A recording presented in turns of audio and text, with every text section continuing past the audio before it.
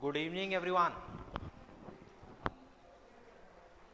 Last lectures में हमने number system जो हमारा फर्स्ट चैप्टर था उसके क्वेश्चंस देखे थे, सॉल्यूशंस किए थे, राइट। और कुछ कंसेप्ट थे इंपॉर्टेंट, वो समझे थे कि किस तरीके से कंसेप्ट्स को समझ के और नंबर सिस्टम के क्वेश्चंस को डील करना है। ठीक है, आसान चैप्टर होता है, इजीली होता है।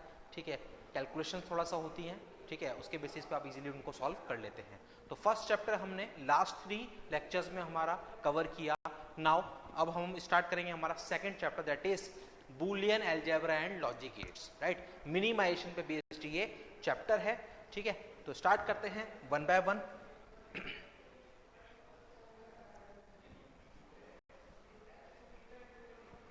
फर्स्ट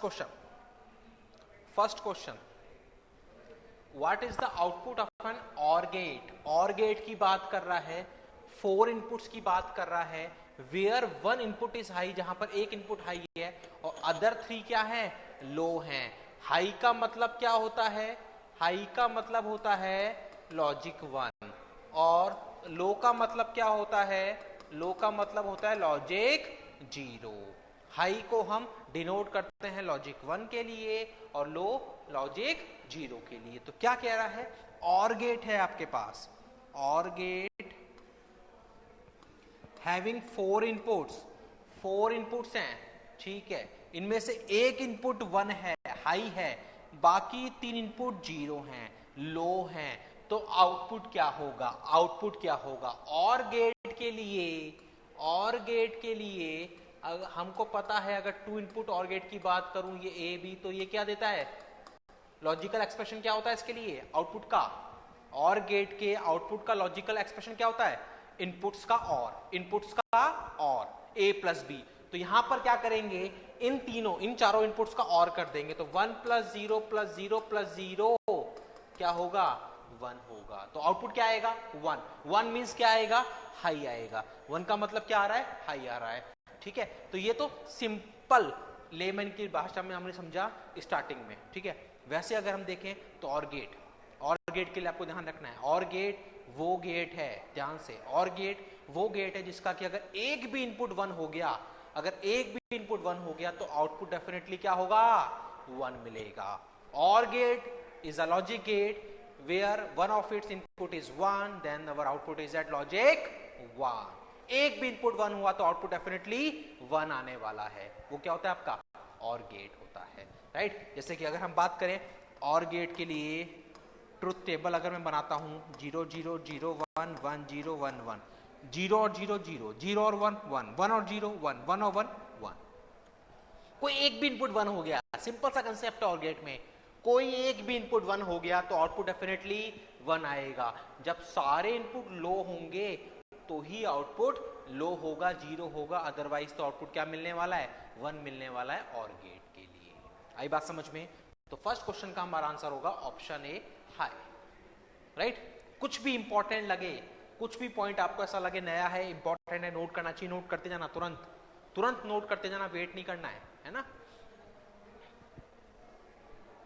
लो ऑप्शन नहीं होगा, कैन बी हाई और लो डिपेंडिंग ऑन द एप्लीकेशन, इससे भी कोई मैटर नहीं करेगा। एक भी इनपुट 1 होगा, हाई होगा तो हाई देने वाला है, first low followed by high ये भी नहीं होने वाला है ना। तो ऑप्शन आपका ए होगा।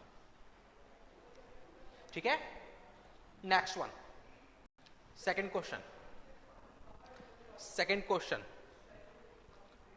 The simplification of Boolean expression, the simplification of Boolean expression x bar z bar plus x z bar plus y z क्या होगा, सिंप्लीफिकेशन। देखो कुछ बेसिक रूल्स हैं, पहले वो समझा देता हूं मैं आपको, है ना। कुछ बेसिक रूल्स हैं, पहले हम वो समझ लेते हैं कि बेसिकली हैं क्या वो रूल्स। हमेशा आपको ध्यान रखना है a और a बार, a और a bar that is 1, a and a bar that is 0। a और a बार, a अगर 1 हुआ तो ये 0 होगा, 1 और 0 1 दे देगा, a अगर 0 हुआ तो a बार 1 होगा, 1 दे देगा। ऐसे a डॉट a बार, इन दोनों में से कोई ना कोई एक 0 बनेगा, बनेगा क्या, तो ये 0 आने वाला है। तो ये डायरेक्टली आपके माइंड में हमेशा फ्रेम रहने चाहिए, हमेशा ध्यान रहना चाहिए कि ए और ए बार होगा तो 1 होगा, ए डॉट ए बार होगा तो 0 होगा। ठीक है, अब यहां पर अगर हम बात करें, ठीक है, और ए डॉट ए होगा, ए प्लस ए होगा। सेम इनपुट का एंड कर रहा हूं, सेम आने वाला है, सेम इनपुट का और कर रहा हूं, सेम आने वाला है। ठीक है, ये 4 चीजें आपको ध्यान रखनी है, बेसिक प्रॉपर्टीज हैं। ठीक है, अब इसके बाद अगर हम बात करें तो आपके पास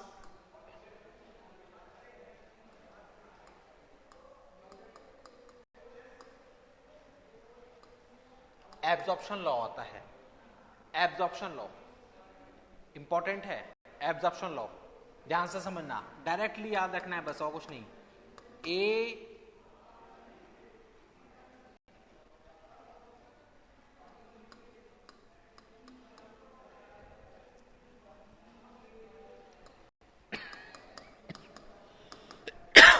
plus A B, A plus A B, absorption law first law, A plus A B, A plus A B क्या दे देगा, ए प्लस ए बी, ए मिलेगा। क्यों मिलेगा, ए कॉमन लोगे, ए कॉमन लेंगे तो क्या बचेगा, 1 प्लस बी। 1 प्लस बी क्या होता है, 1 होता है। 1 प्लस बी क्या बनेगा, 1 बनेगा, तो क्या दे देगा, ए दे देगा, है ना। बुलियन में 1 और कुछ भी कर दो, 1 प्लस कुछ भी लिख दो, वो क्या होगा, 1 होगा। बुलियन में जब हम अर्थमेटिक की बात करते हैं तो वहां पर 1 प्लस 1 0 कैरी 1 होता है, पर जब बुलियन की बात करते हैं तो 1 प्लस 1 करोगे तो भी 1 मिलेगा, 1 प्लस ए करोगे तो भी 1 मिलेगा, 1 प्लस ए प्लस बी प्लस सी करोगे तो भी 1 मिलेगा, राइट। तो इन शॉर्ट बुलियन में 1 प्लस कुछ भी आप लिखते हो that is equal to 1, right. तो यहां पर ए आ जाएगा। Second property, A plus A bar B is equal to A plus B. A plus A bar B, A plus A bar B is equal to A plus B होता है। A plus A bar B is equal to A plus B होता है। ठीक है, कैसे आया, होता क्या है, हमारे पास एक प्रॉपर्टी होती है दैट इज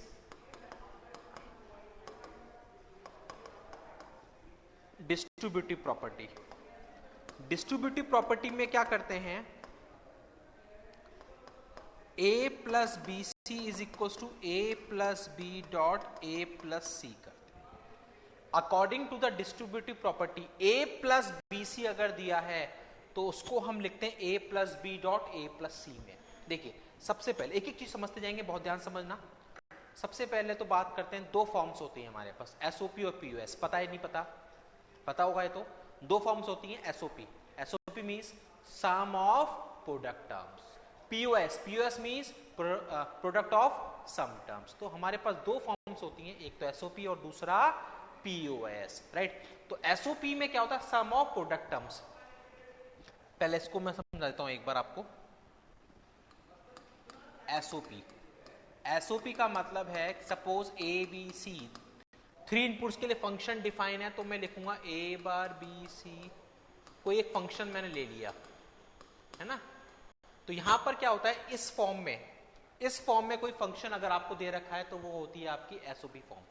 इस फॉर्म में अगर कोई फंक्शन आपको दे रखा है that is called your SOP form, sum of product terms, right. क्यों सम ऑफ प्रोडक्ट, ध्यान से सुनना। एसओपी, एसओपी का मतलब सम ऑफ प्रोडक्ट। देखिए क्या कर रहे हैं, ये आपकी प्रोडक्ट टर्म्स हैं, these are your product terms. इन प्रोडक्ट टर्म्स का हम क्या कर रहे हैं, सम कर रहे हैं। इन प्रोडक्ट टर्म्स का हम क्या कर रहे हैं, sum. That's why it is called SOP form, that's why it is called SOP form. इसको हम बोलते हैं एसओपी फॉर्म। और ये जो प्रोडक्ट टर्म्स हैं, ये जो प्रोडक्ट टर्म्स हैं, दीज आर कॉल्ड मिन टर्म्स। ये जो प्रोडक्ट टर्म्स हैं दीज आर कॉल्ड मिन टर्म्स, है ना। एक एक बात समझते जाना, सारी बातें लिंक्ड है, क्वेश्चन कर लेंगे हम, पर क्वेश्चन करने से पहले ये कंसेप्ट क्लियर होना बहुत जरूरी है। सबसे पहले बात कर रहा हूं एसओपी की। एसओपी का मतलब है सम ऑफ प्रोडक्ट टर्म्स। एक फंक्शन लिया एफ ए बी सी, ये लिखा, तो ये प्रोडक्ट टर्म्स है, इनका सम कर रहा हूं तो उस फॉर्म को बोलूंगा एसओपी। और इन प्रोडक्ट टर्म्स को मैंने बोला मिन टर्म्स। मिन टर्म्स, मिन टर्म्स का मतलब है, मिन टर्म्स आपकी बहुत ध्यान सुनना और चाहो तो लिख लेना ताकि याद रहे। मिन टर्म्स का मतलब है वो प्रोडक्ट टर्म्स, मिन टर्म्स का मतलब है वो प्रोडक्ट टर्म्स जिनमें कि वो सारे वेरिएबल प्रेजेंट होना जरूरी है, जिसके लिए आपका फंक्शन डिफाइन है। मिनटर्म का मतलब है वो प्रोडक्ट टर्म जिसमें कि वो सारे इनपुट, सारे वेरिएबल्स प्रेजेंट हो, जिसके लिए आपका फंक्शन डिफाइन है। तो यहां पर आप देखोगे मेरा फंक्शन डिफाइन है ए बी सी, 3 इनपुट्स के लिए, तो ये तीनों इन टर्म्स में प्रेजेंट होने चाहिए। अगर प्रोडक्ट टर्म में ये तीनों प्रेजेंट हैं तो वो टर्म मेरी क्या कहलाएगी, मिनटर्म कहलाएगी। अगर कोई प्रेजेंट नहीं है तो वो मिनटर्म नहीं होगी। जैसे कि यहां पर मान लो अगर मैं लिखता ए बार बी बार, तो ये मिनटर्म नहीं थी, क्योंकि इस फंक्शन के लिए सी भी मेरा इनपुट है, बट सी यहां पर नहीं है, तो ये मिनटर्म नहीं कहलाएगी। ये बात समझ में आ गई क्या? वापस कर रहा हूं recall. Sum of product terms, यानी कि ये फंक्शन प्रोडक्ट टर्म्स का सम हो रहा है, इसलिए इस तरह के एक्सप्रेशन को हम कहेंगे एसओपी फॉर्म। और ये जो प्रोडक्ट टर्म्स हैं इनको हम कहेंगे मिनटर्म्स। मिनटर्म्स कब कहेंगे? जब हमारी प्रोडक्ट टर्म में मिनटर्म टर्म में वो सारे वेरिएबल्स प्रेजेंट हो जिसके लिए आपका फंक्शन डिफाइन है। अगर सारे प्रेजेंट है तो डेफिनेटली वो टर्म क्या कहलाएगी, आपकी मिनटर्म कहलाएगी। ये बात समझ में आई? क्लियर है? तो हमारे पास पहली फॉर्म थी एसओपी फॉर्म। ठीक है, नोट करना हो नोट करते हैं साथ साथ, जल्दी से नोट करते जाओ, कॉपी पेन लेके फटाफट लिखते जाया करो।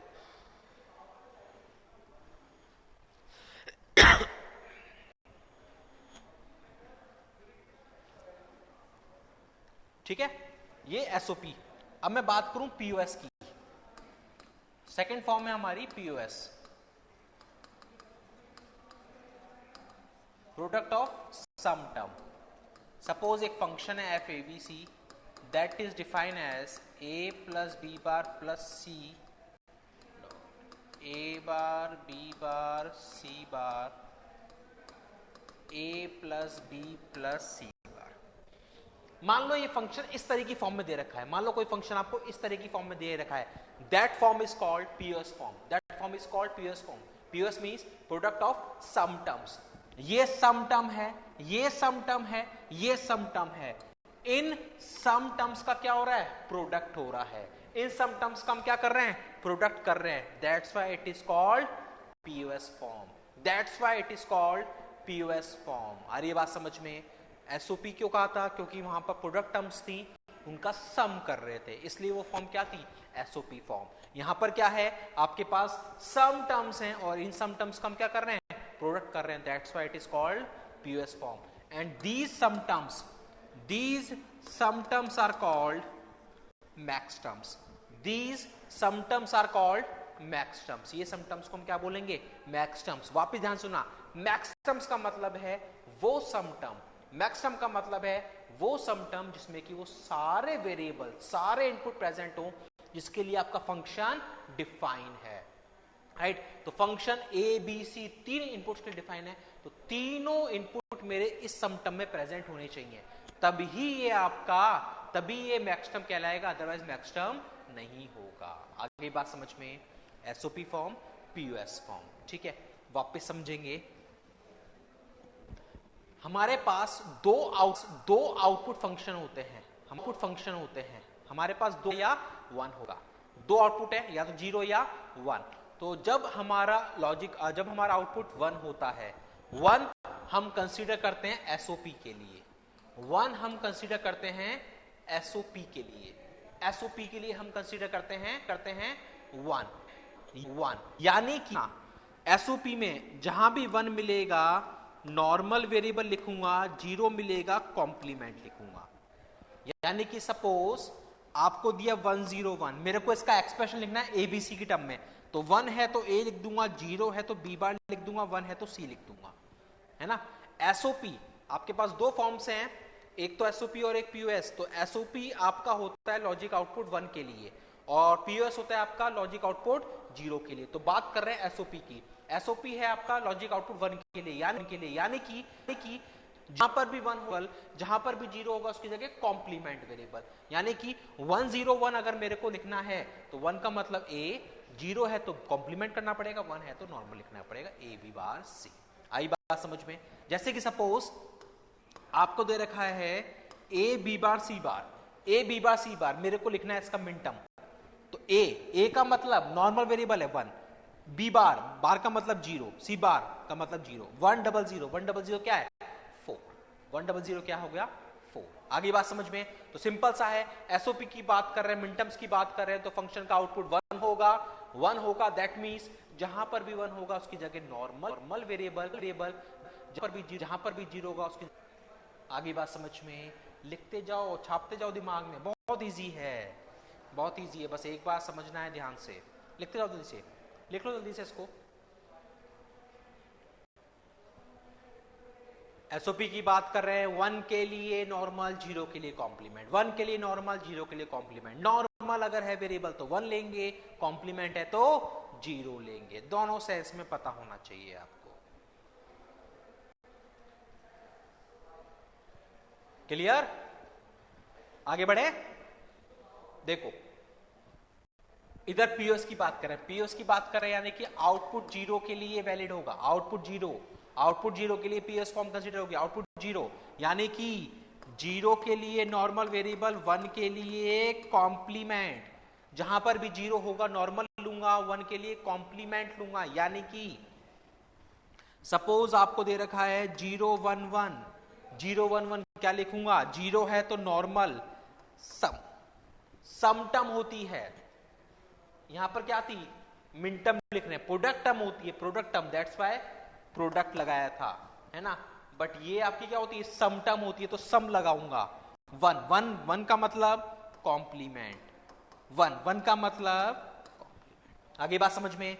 0 है तो नॉर्मल, 1 है तो कॉम्प्लीमेंट, 1 है तो कॉम्प्लीमेंट। तो पीओएस की जब बात करेंगे यानी कि आउटपुट फंक्शन 0 होगा, और जहां पर भी 0 होगा उस जगह नॉर्मल, और 1 होगा वहां पर कॉम्प्लीमेंट। जैसे कि फॉर सपोज आपको दे रखा है 101, इसके लिए मैक्सिमम एक्सप्रेशन मेरे को लिखना है, तो 1 का मतलब कॉम्प्लीमेंट प्लस 0 का मतलब नॉर्मल, 1 का मतलब कॉम्प्लीमेंट, ए bar plus B plus C बार। क्लियर? हल्का सा ही फर्क है, बस ध्यान रखना है। एसओपी फंक्शन का आउटपुट 1 होगा, जहां पर भी 1 नॉर्मल लिखूंगा, 0 के लिए कॉम्प्लीमेंट लिखूंगा। पीओएस का मतलब है आउटपुट आपका 0 के लिए कंसीडर होगा, जहां पर भी 0 वहां पर नॉर्मल, जहां पर भी 1 वहां पर कॉम्प्लीमेंट। क्लियर? बस ये छोटी सी बात ध्यान रखनी है, कहां पर ए आएगा, कहां ए बार आएगा एसओपी में, और कहां पर पीओएस में। क्लियर? नोट कर लो जल्दी से।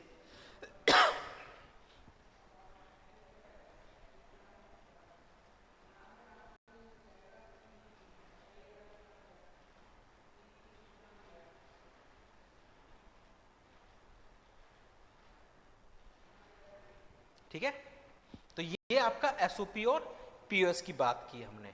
ठीक है, अब यहां पर वापस आते हैं प्रॉपर्टी पे। तो डिस्ट्रीब्यूटिव प्रॉपर्टी क्या कर रही है, अगर आप ध्यान से देखें तो क्या ये एसओपी फॉर्म है? बिल्कुल है ना, सम ऑफ प्रोडक्ट टर्म्स, ये एसओपी फॉर्म है, और इसको कन्वर्ट कर रहा है किसमें, पीओएस में। ये क्या है आपकी पीओएस फॉर्म, सम टर्म्स का प्रोडक्ट, सम टर्म्स का प्रोडक्ट। तो क्या कर रहा है ये, एसओपी को पीओएस में कन्वर्ट कर रहा है। तो distributive property A plus B C is equal to A plus B dot A plus C होता है। इस प्रॉपर्टी को यहां अप्लाई करो, यहां अप्लाई करो, इसको ए प्लस बी सी बोल दूं बी सी, इसको ए मान लिया, ये बी मान लिया, सी मान लिया, क्या आ जाएगा, ए plus B A plus C आएगा क्या, A plus B A plus C आएगा क्या, ए प्लस ए बार क्या होगा 1, क्या बच गया ए प्लस बी, क्या बच गया ए प्लस बी, आ गया इधर से A plus B. A plus A bar B is equal to क्या होगा, ए प्लस बी होगा। इंपॉर्टेंट प्रॉपर्टी है, बहुत जगह यूज होती है, बहुत जगह यूज होती है। A plus A bar B is equal to A plus B. For example, जल्दी से सोचना, आंसर बताना, आपको दिया है B bar plus B C bar, क्या आएगा आंसर, क्या आएगा आंसर, ये ए मान लूंगा, ये ए बार मान लूंगा, ये बी मान लूंगा, है ना, कंपैरिजन करना सीधा सा, क्या दे देगा answer, B bar plus C bar. बोलो आ जाएगा क्या, A plus A bar B is equal to A plus B है, तो इसको ए मान लिया, ये ए बार हो गया, ये बी हो गया, तो A plus B, B bar plus C bar, है ना। तो इसमें तो दिक्कत आनी ही नहीं चाहिए आपको, राइट। तो absorption law number 2, A plus A bar B is equal to A plus B होता है। ठीक है, यहां पर वापस देख लेते हैं एक बार, डिस्ट्रीब्यूटिव प्रॉपर्टी ये थी आपके पास, राइट। जब हम कह रहे हैं कि एसओपी को पीओएस में कन्वर्ट करने के लिए प्रॉपर्टी है, एसओपी को पीओएस में कन्वर्ट करने के लिए प्रॉपर्टी है, तो सर पीओएस को एसओपी में कन्वर्ट करने के लिए भी प्रॉपर्टी होनी चाहिए। बिल्कुल है। एसओपी को पीओएस फॉर्म में कन्वर्ट करने के लिए, फॉर्म चेंज करने के लिए डिस्ट्रीब्यूटिव प्रॉपर्टी है, तो पीओएस फॉर्म यानी कि A plus B dot A plus C, POS form को एसओपी फॉर्म में कन्वर्ट करने के लिए भी प्रॉपर्टी होनी चाहिए। बिल्कुल है। That is this one, a plus B dot A plus C is equal to A plus B C. Just इसका उल्टा होगा, जस्ट इसका उल्टा होगा, जस्ट इसका उल्टा होगा। आ रही बात समझ में? तो डिस्ट्रीब्यूटिव प्रॉपर्टी है a plus B C is equal to A plus B dot A plus सी।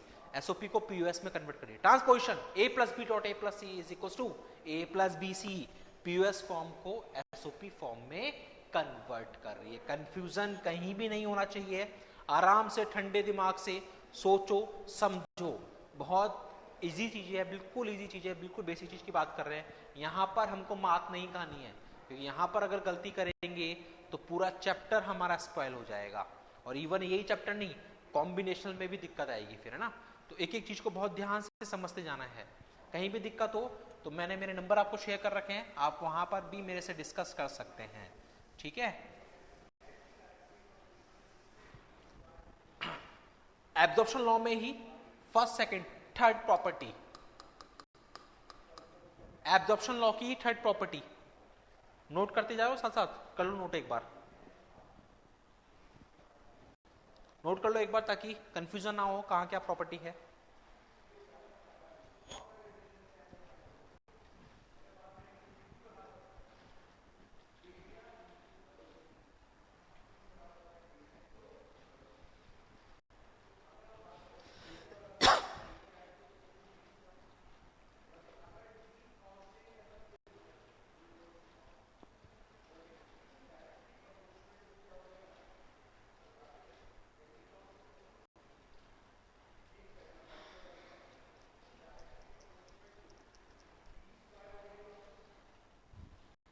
ठीक है, देखो थर्ड प्रॉपर्टी एब्जॉर्प्शन लॉ में टोटल 4 प्रॉपर्टीज हैं, 2 हम मार्क कर चुके हैं। Third property a dot A plus B, a dot A plus B, पहले हमने किया था a plus A B, form change की, a dot A plus B, a dot A plus B क्या होगा?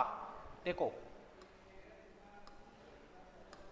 a dot A plus a dot B, a dot A क्या होगा? a होगा, होगा ना, ऑलरेडी देख चुके हैं। a डॉट ए क्या होगा?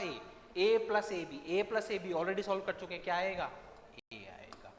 a dot A plus B क्या होगा? a होगा। a dot A plus B क्या होगा? a होगा। जो भी मैं येलो पेन से मार्क कर रहा हूं समझ लेना, वो प्रॉपर्टीज इंपॉर्टेंट है, काम आएंगी डायरेक्टली, तो दिमाग में बिल्कुल छाप लेनी है प्रॉपर्टी, छप जानी चाहिए प्रॉपर्टी, है ना, तभी क्वेश्चंस को करने में मजा आने वाला है, right. Fourth property a dot A bar plus B, a dot A bar plus B is equal to A B, आ जाएगा क्या? a dot A bar plus B, A B आ जाएगा, a dot A bar 0, a dot B A B, a dot B A B, a dot A bar plus B A B. तो यहां पर आप देखो मैंने एब्जॉर्प्शन लॉ में 2 property mark की हैं, a plus A bar B is equal to a plus B, a dot A plus B is equal to a, है ना, ये 2 प्रॉपर्टी। साथ में transposition a plus B dot A plus C is equal to a plus B C, ये properties आपके mind में set रहनी चाहिए, बाकी चीजें धीरे धीरे हम याद करते रहेंगे।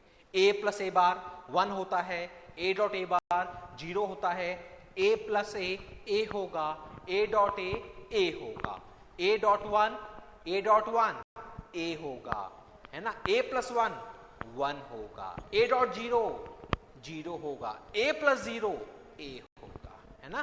क्या बोला मैंने बोला a डॉट 0 होगा, a डॉट 1 a होगा, a प्लस 0 a होगा, a प्लस 1 1 होगा, सही लिखा है ना, ये होगा ए डॉट 0 0, ए डॉट 1 ए प्लस 0 ए प्लस 1, राइट। पहले ये नोट कर लो, सबसे इंपॉर्टेंट यही प्रॉपर्टीज बार बार हम काम में लेने वाले हैं क्वेश्चंस में हमारे।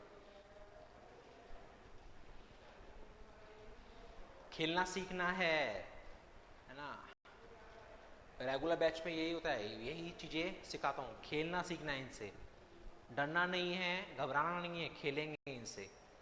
जितना ज़्यादा प्रैक्टिस करेंगे, जितने ज़्यादा क्वेश्चंस करेंगे, उतने ज़्यादा स्मूथ होते जाएंगे। और स्मूथ होने का मतलब है चीज़ों से हम खेलना स्टार्ट कर देंगे।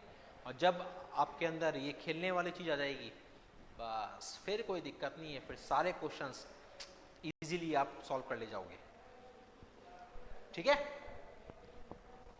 ये भी नोट करना चाहो कर लो जल्दी से। ए डॉट 0 0, ए डॉट 1 ए प्लस 0 ए प्लस 1 1। फिर इसके बाद हम आते हैं हमारे क्वेश्चंस पे।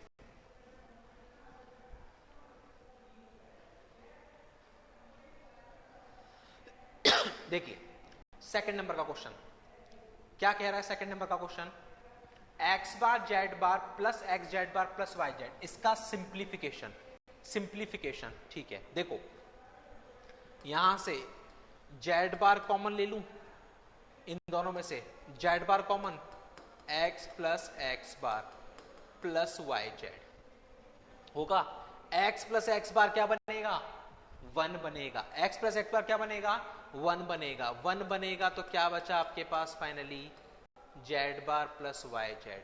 1 बचेगा तो क्या बचा आपके पास directly, Z bar plus Y Z, Z bar plus Y Z. आई बात समझ में, आई बात समझ में, Z bar plus Y Z. तो Z bar plus Y Z आया। अब Z bar plus Y Z further solve होगा क्या, फर्दर सॉल्व होगा क्या, बिल्कुल होगा। Absorption law number 2, absorption law number 2 क्या था, absorption law number 2, A plus A bar B is equal to A plus B. Tension नहीं करना है, घबराना नहीं है कि सर ये तो याद नहीं हो रहा, याद नहीं होगा भी, पर 2 3 4 क्वेश्चन जैसे जैसे मैं करता जाऊंगा, जैसे आप करते जाएंगे मेरे साथ साथ, आपको याद हो जाएगा। मेरे साथ साथ करते जाना है आपको, कॉपी में लिखते जाओ, कोई बात नहीं, काटा पिट्टी होगी हो जाएगी। ठीक है, बट 2 3 4 क्वेश्चन के बाद फिर बिल्कुल गाड़ी है ना पटरी पे आ जाएगी, है ना, फिर दिक्कत नहीं आएगी। देखो ठीक है, तो Z bar plus Y Z, A plus A bar B is equal to A plus B था, एब्जॉर्प्शन लॉ नंबर 2 था क्या। ठीक है, कंपेयर करो, ए प्लस ए बार बी क्या दे देगा, Z bar plus Y, Z bar plus Y. Simple सा होता है, इसको एज इट इज छाप दो, इसको एज इट इज कॉपी कर दो। जेड बार दे रखा है तो जेड छोड़ दो, जेड के साथ जो है वो लिख दो, ये एज इट इज। फिर इसमें यहां पर देखो जेड के साथ क्या है, Y, Y as it is. ठीक है, जैसे कि सपोज मान लो आपको दे रखा है A bar plus B bar, sorry A bar plus B bar है, तो A bar as it is करूंगा, ए के साथ में बी बार है तो B bar as it is, खत्म, राइट। तो इस तरीके से लिखना है। तो मेरे पास फाइनल आंसर क्या आया, Z bar plus Y. Z bar plus Y का मतलब है option B is our right answer. तो सेकंड क्वेश्चन का आंसर आएगा ऑप्शन बी। सबसे पहले जेड बार कॉमन लिया तो x प्लस एक्स बार जो कि 1 बन जाएगा, तो Z bar plus Y Z आ जाएगा। फिर एब्जॉर्प्शन लॉ नंबर 2, ये वाला लॉ हमने अप्लाई किया, जेड बार प्लस वाई, यहां से हमको मिल जाने वाला ऑप्शन बी आंसर आएगा। Clear. Third one, which one of the following is equal to A plus B bar. A plus B whole bar के इक्वल क्या होगा, हमारे पास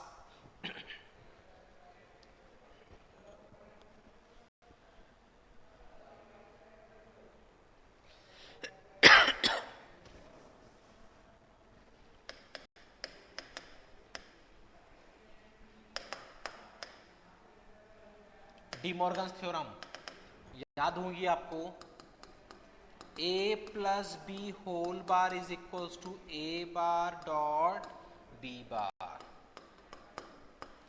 ए डॉट बी का whole bar is equal to A bar plus B bar, A plus B का whole bar is equal to A bar dot B bar, A dot B का whole bar is equal to A bar plus B bar, है ना। Absorb, ये आपका De Morgan's theorem, De Morgan's theorem, ठीक है, बहुत important है, बहुत जगह ये हम यूज करने वाले हैं। इंपॉर्टेंट है, बहुत जगह यूज होगा, डायरेक्टली दिमाग लगाना। A plus B whole bar, A bar dot B bar, right.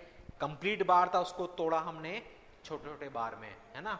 A dot B का होल बार कंप्लीट बार था, इसको तोड़ा हमने छोटे छोटे बार में, डॉट की जगह प्लस, प्लस की जगह डॉट, राइट। लिख लो एक बार।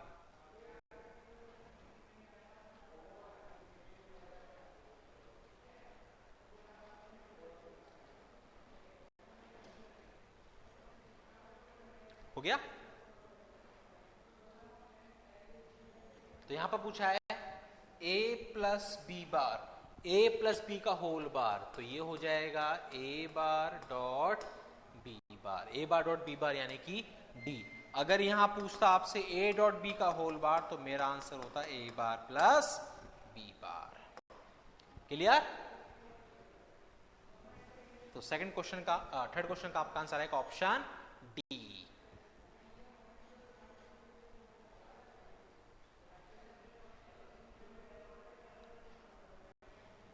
Consider the following gates.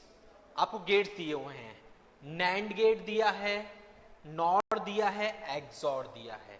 NAND gate, NAND gate का आउटपुट एक्सप्रेशन क्या होता है, ए डॉट बी का होल बार। नॉर का आउटपुट एक्सप्रेशन क्या होता है, ए प्लस बी का होल बार। एक्सॉर का आउटपुट एक्सप्रेशन क्या होता है, A bar B plus A B bar, है ना। ये पता होनी चाहिए। ए डॉट बी का whole bar, A plus B का होल बार नॉर हो गया, एक्सॉर आपका ए bar B plus A B bar हो गया, ठीक है। तो इस क्वेश्चन को करने से पहले एक बार हम लॉजिक गेट्स पे भी देख लेते हैं, है ना।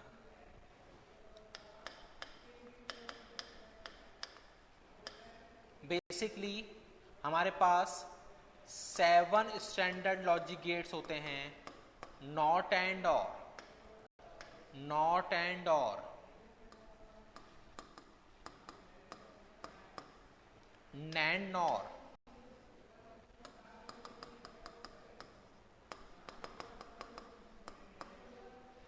XOR and XNOR. Not and और, नॉट एंड और, these are called basic gates, these are called basic gates।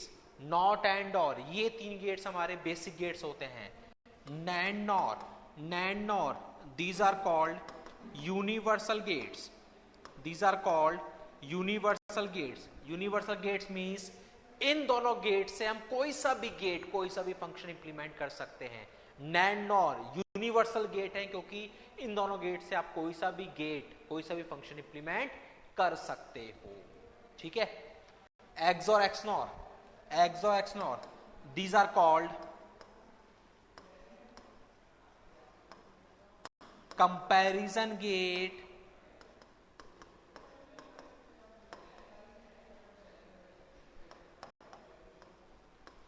Arithmetic operation gate, arithmetic operation gate,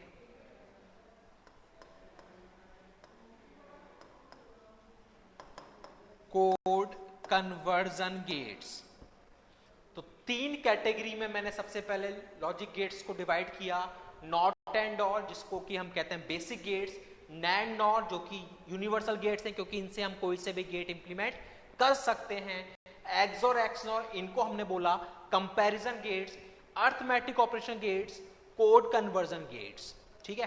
note कर लो एक बार, इसको नोट कर लो पूरे को एक बार।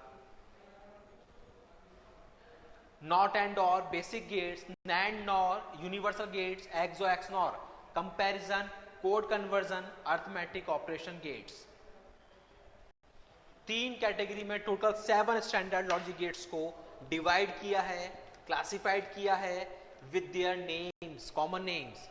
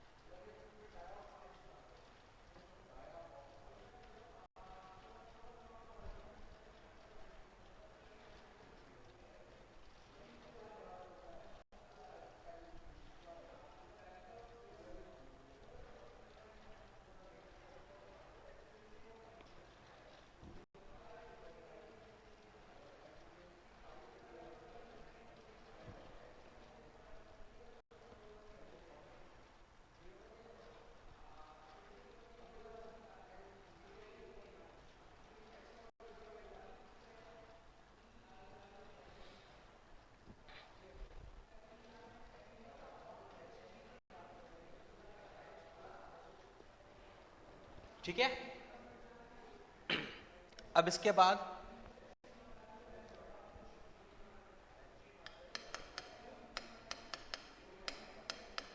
Not gate. नॉट गेट के लिए आउटपुट एक्सप्रेशन होता है y is equal to A bar. A input है, ए इनपुट है तो आउटपुट आपको मिलेगा y is equal to A bar. Input का इन्वर्ट, इनपुट का इन्वर्ट, राइट। यानी कि ट्रुथ टेबल अगर मैं बनाऊं 0 पे 1, 1 पे 0, नॉट गेट के लिए है ना, इन्वर्ट करता है।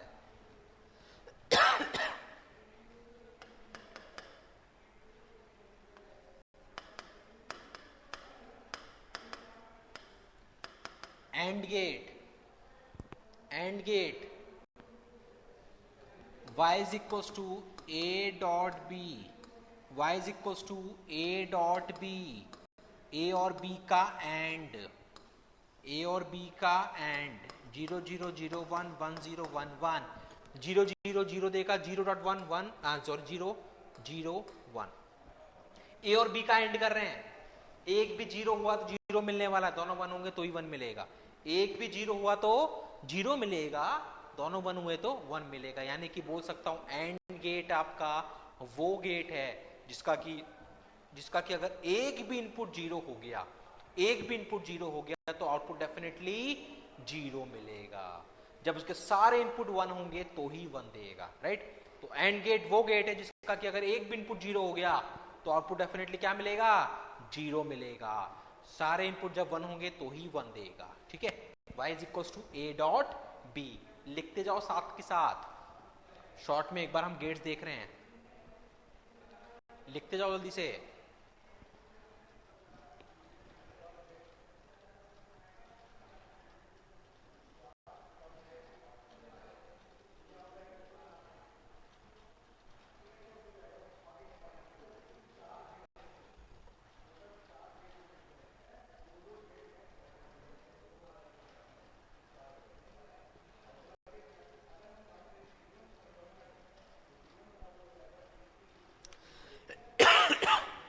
ठीक है। OR gate, OR gate y is equal to a plus B, OR gate y is equal to a plus B. Truth table 0 0 0 1 1 0 1 1, 0 और 0 0, 0 और 1 1, 1 और 0 1, 1 और 1 1। और गेट का output expression y is equal to a plus B, दोनों inputs का sum, दोनों inputs का और। एक भी इनपुट 1 हुआ तो आउटपुट 1 देगा, एक भी और दोनों इनपुट 0 हो गए तो 0। यानी कि और गेट आपका वो गेट है जिसका एक भी इनपुट 1 हो गया तो आउटपुट डेफिनेटली 1 मिलने वाला है। 0 कब देगा, जब सारे इनपुट 0 होंगे। y is equal to a plus B. NAND gate, NAND gate बनाया आपका and plus not, and plus not, and gate का नॉट, एंड का नॉट। तो एंड क्या था आपका, a डॉट b था, इसका नॉट करूंगा यानी कि complement. y is equal to a dot b bar, a dot b का होल बार।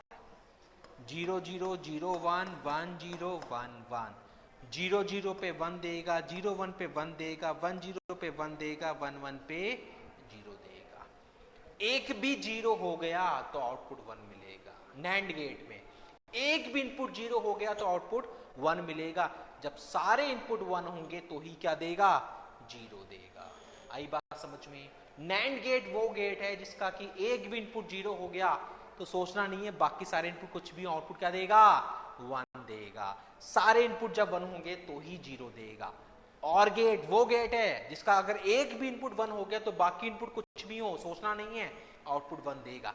एंड गेट वो गेट है जिसका कि अगर एक भी इनपुट 0 हो गया तो सोचना नहीं है, बाकी इनपुट क्या है, आउटपुट डेफिनेटली क्या मिलने वाला है, 0 मिलने वाला है। आई बात समझ में। AND gate y is equal to a dot B, OR gate a plus B, NAND gate a dot B का बार। लिख लो एक बार, नोट कर लो जल्दी से।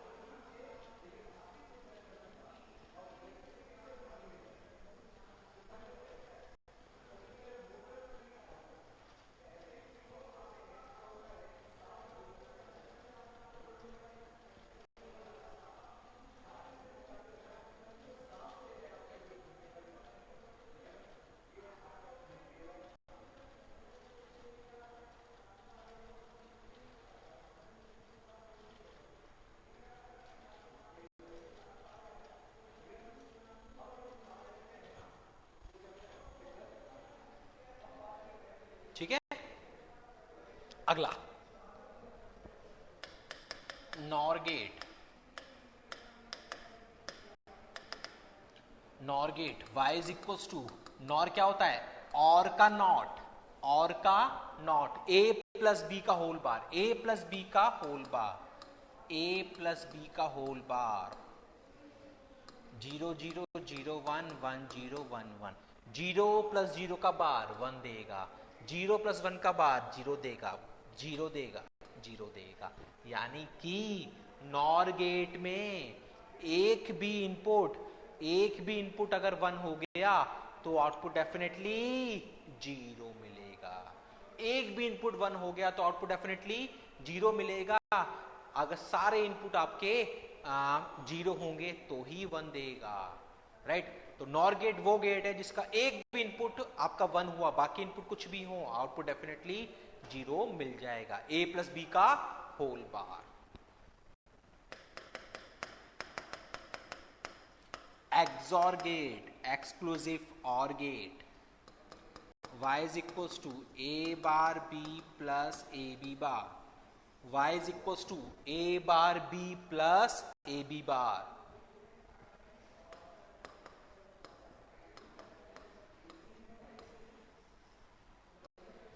Zero zero zero one one zero one one, 0 0 0 1 1 0 1 1, 0 0 पर यहां पर आप पुट करोगे वैल्यू तो 0 0 पर आपको 0 देगा, 0 1 पर 1 देगा, 1 0 पे 1 1 1 पे 0।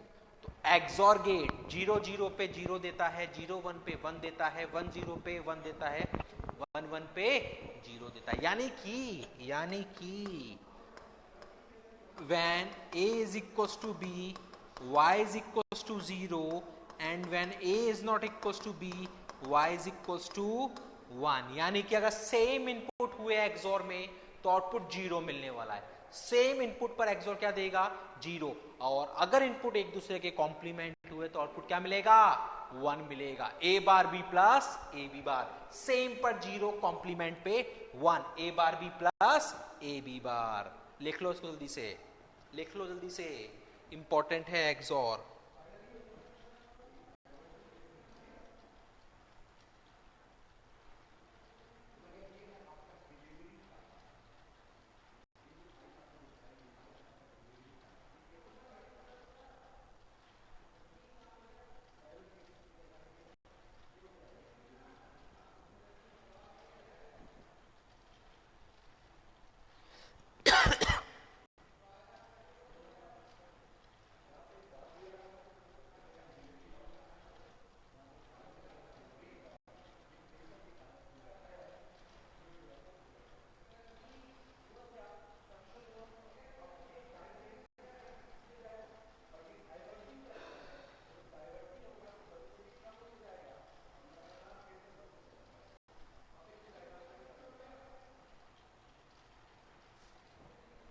ठीक है, अगला XNOR gate, exclusive NOR gate. XNOR gate y is equals to a bar b bar plus A B, y is equals to a bar b bar plus A B,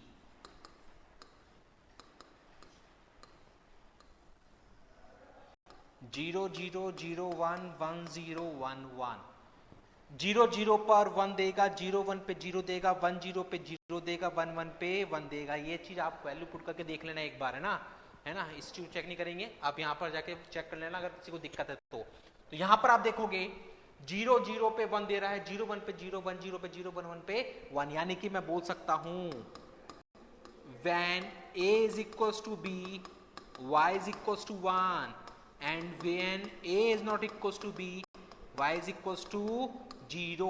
यानी कि अगर सेम इनपुट हुए XNOR में तो output 1 मिलेगा, same input पर output 1 देगा, otherwise 0 देगा, अदरवाइज 0।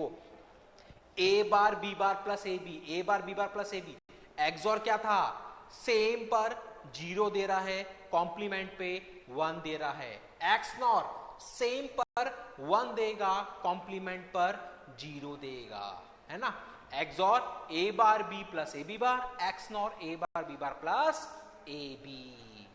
लिख लो जल्दी से, ये एक बार हमने गेट्स का समरी किया है। ट्रुथ टेबल क्या होती है, एक्सप्रेशन क्या होता है, कि बार बार इन सब चीजों की जरूरत पड़ने वाली है। तो ये माइंड में बिल्कुल आपके क्लियर रहने चाहिए ताकि दिक्कत नहीं आए आपको कहीं पर भी।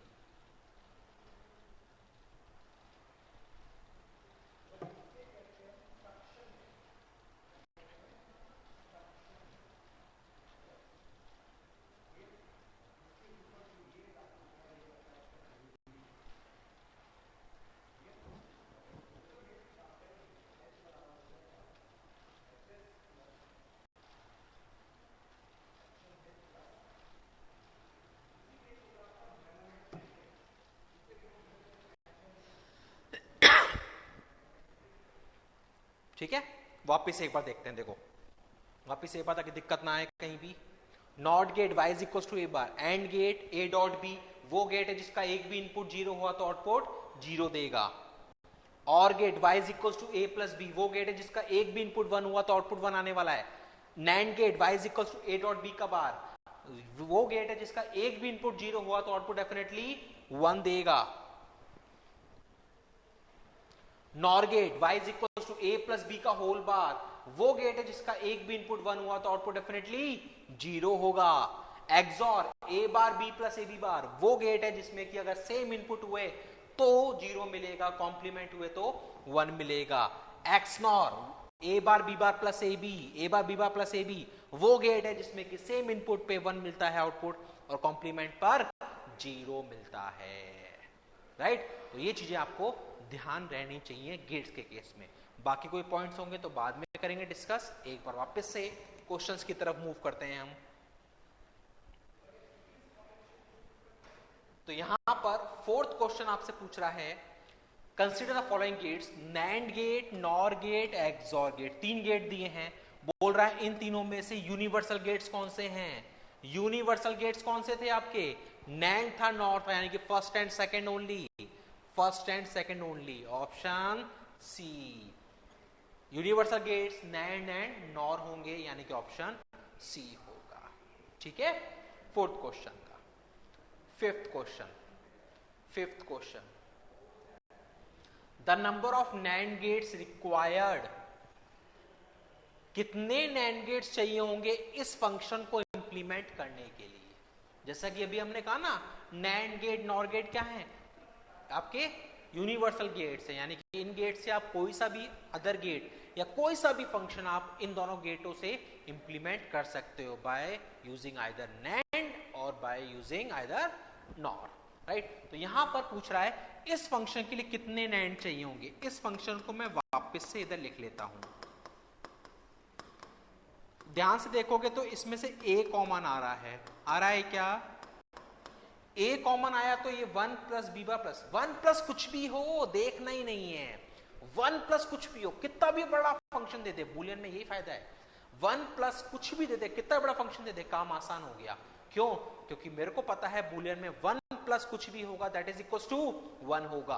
तो 1 प्लस ये पूरा क्या हो जाएगा 1, क्या बच गया, a बच गया, क्या बच गया, a बच गया।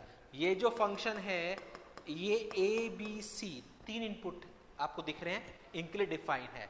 तो ये function a b c define है और a इनपुट ही यहां पर आपको मिल रहा है, यानी कि इसके लिए कोई भी गेट आपको नहीं चाहिए होगा, आंसर होगा 0।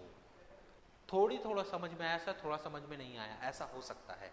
वापिस समझो, a कॉमन लिया, 1 प्लस ये आएगा, ये पूरा 1 बन जाएगा, ये पूरा 1 बनने का मतलब है क्या बचेगा a, और एक खुद एक इनपुट है, दैट्स वाई उसके लिए एक खुद एक इनपुट है, दैट्स वाई उसके लिए 0 नैंड 0 नॉर, यानी कि ना तो कोई नैंड चाहिए होगा ना तो ही कोई नॉर चाहिए होगा, ना तो कोई नैंड चाहिए होगा ना कोई नॉर चाहिए होगा।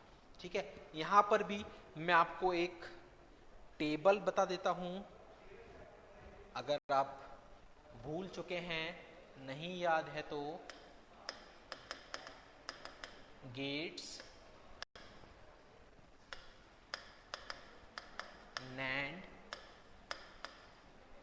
नॉर।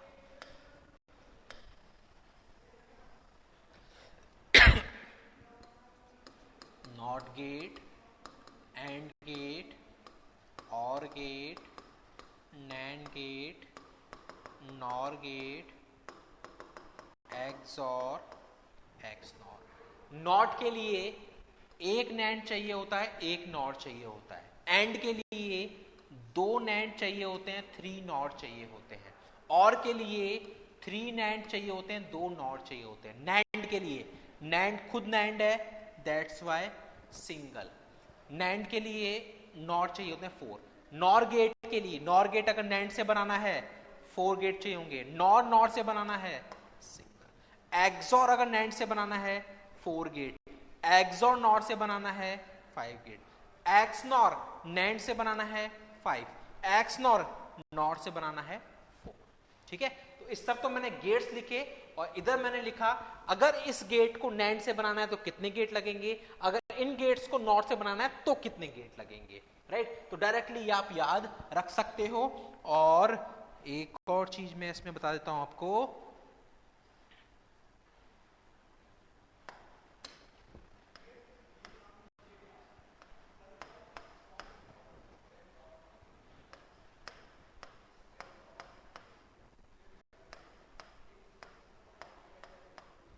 है ना, ये आपस में क्रॉस होते हैं, आपस में क्रॉस होते हैं। ठीक है, तो ये टेबल भी आपको ध्यान रहनी चाहिए कि किस गेट के लिए कितने गेट्स आपको चाहिए होंगे, क्योंकि कहीं पर आपसे ऐसे बना के नहीं पूछ रहा है कितने गेट चाहिए, बट आपको मेंटली, आपको डायरेक्टली पता होने चाहिए कि अगर हम एंड गेट की बात कर रहे हैं तो एंड गेट 2 नैंड गेट से बनेगा, 3 नॉर गेट से बनेगा। और गेट की बात कर रहे हैं 3 नैंड से बनेगा, 2 नॉर से बनेगा। नैंड की बात कर रहे हैं सिंगल नैंड से बनेगा, 4 नॉर से बनेगा। नॉर की बात कर रहे हैं 4 नैंड से बनेगा, सिंगल नॉर से बनेगा। एक्सॉर की बात कर रहे हैं, एक्सॉर की 4 नैंड से बनेगा, 5 नॉर से बनेगा। एक्स नॉर की बात कर रहे हैं 5 नैंड से बनेगा, 4 नॉर से बनेगा। तो ये सब चीजें आपको दिमाग में रहनी चाहिए, याद होनी चाहिए। तो अगर भूल गए हैं तो एक बार इस टेबल को बना लीजिए, बस यही पूरा समराइजेशन है, किस गेट के लिए कितने नैंड और कितने नॉर चाहिए होते हैं। राइट, नोट करो एक बार, फिर वापस से वो क्वेश्चन देखेंगे जो अभी हम कर रहे थे।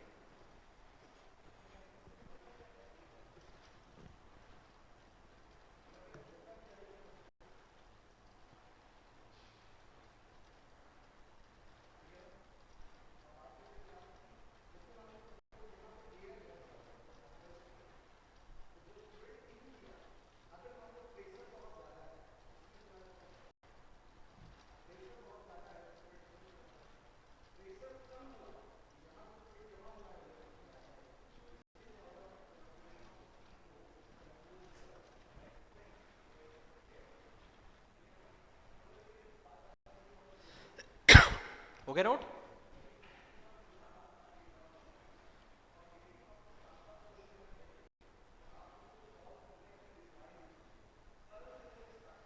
ठीक है, तो यहां पर हमारे पास ए आया, ए खुद एक इनपुट है, दैट्स वाई 0 नैंड। बट मान लो ए बार आ जाता, मान लो सॉल्व करने पर ए बार आ जाता, तो ए बार का मतलब नॉट है, तो नॉट के लिए एक नैंड चाहिए था, एक नॉट चाहिए था, है ना। तो वो आपको डायरेक्टली पता होना चाहिए, यहां पर आपको गेट्स बना के चेक करने की जरूरत नहीं पड़ेगी। ठीक है, क्लियर?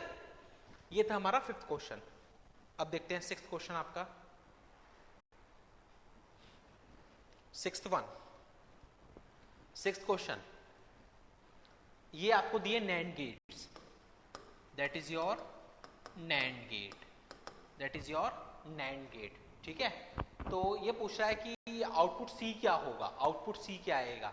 तो देखो ये नैंड है, तो ये क्या देगा, ए डॉट ए का बार देगा क्या, ए ए, दोनों इनपुट ए हैं तो ए डॉट ए का बार, क्या बोलूंगा, ए बार आ गया। ऐसे ही बी डॉट बी का बार क्या दे देगा, बी बार। ये क्या आ जाएगा, ये भी नैंड गेट है, तो एक इनपुट तो ए बार, दूसरा इनपुट बी बार का bar, A bar dot B बार का होल बार। डी मॉर्गन्स लगाएंगे, डी मॉर्गन्स क्या कहता है, ए बार का बार प्लस बी बार का बार।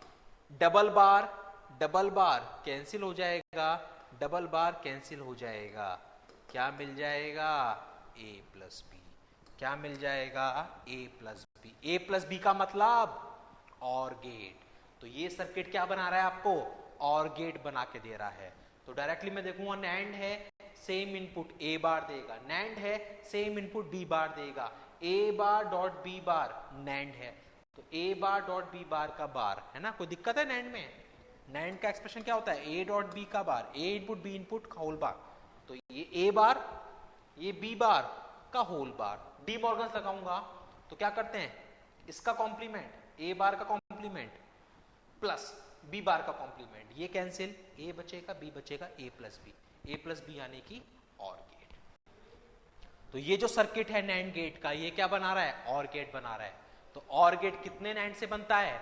और गेट 3 नैंड से, ऐसे ही बनेगा। अभी हमने देखा था ना, यहां पर देखो हमने मार्क किया था और गेट 3 नैंड से, है ना। तो बस यही इसका स्ट्रक्चर है, यही इसका स्ट्रक्चर है, ऐसे ही बनेगा, ऐसे ही 3 नैंड से बनेगा। ये आपको क्या बना के दे रहा है? और गेट बना के दे रहा है। और गेट का मतलब है ए प्लस बी दे रहा है, राइट। तो 6 का आंसर आ रहा है A plus B. Clear? 7th question पढ़ो। क्वेश्चन को क्या कह रहा है? Which of the following set does not contain universal gates. ये जो सेट्स बना रखे हैं A B C D, 4 option है, चारों में सेट्स बने हुए हैं, इनमें ऐसा कौन सा सेट है जिसमें कि यूनिवर्सल गेट कंटेन नहीं हो रहे हैं? यूनिवर्सल गेट की जहां भी बात करें दो ही नाम दिमाग में आएंगे, नैंड गेट और नॉर गेट। यानी कि ये जो सेट्स हैं इनमें नैंड गेट और नॉर गेट आपका होना चाहिए, तभी वो ऑप्शन आपका वैलिड होगा, अदरवाइज।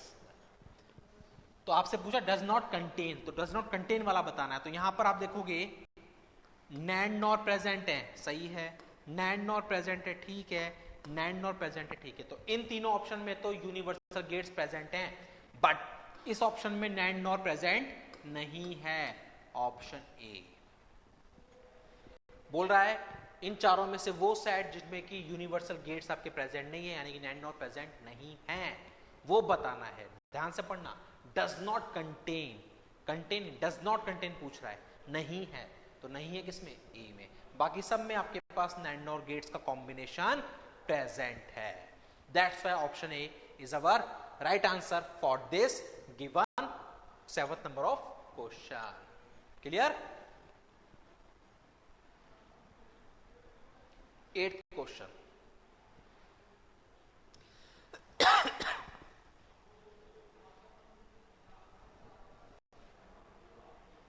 थोड़ा बड़ा क्वेश्चन है, समझेंगे इसको।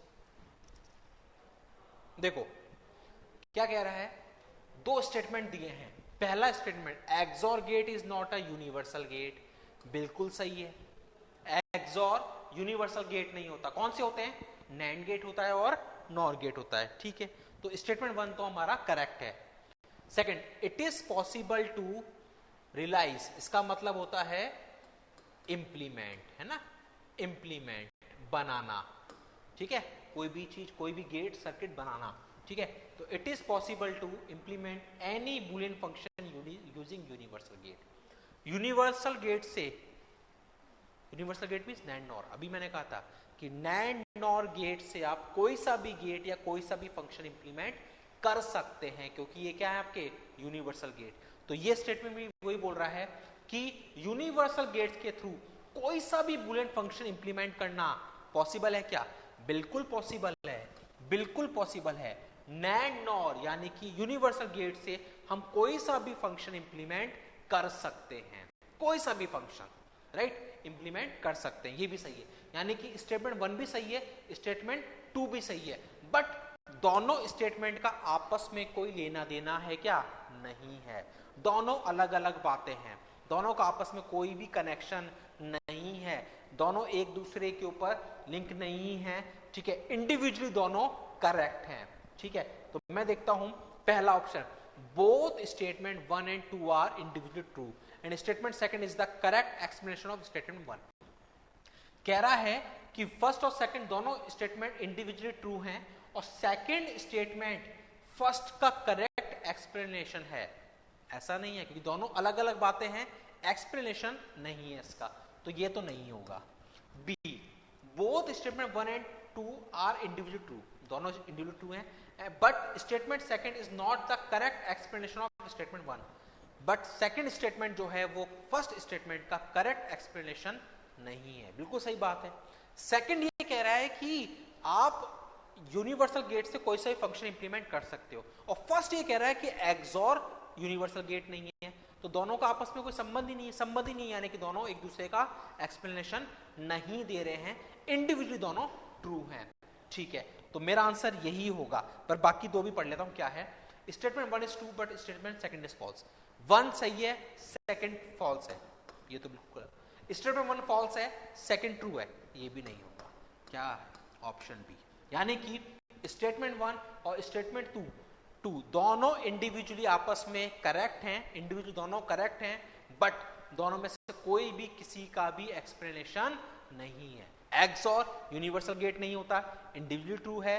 कोई भी यूनिवर्सल गेट से हम कोई सा भी बूलियन फंक्शन इंप्लीमेंट कर सकते हैं, ये भी ट्रू है। ठीक है, तो इंडिविजुअली दोनों आपस में ट्रू होंगे, बट एक्सप्लेनेशन नहीं है एक दूसरे का।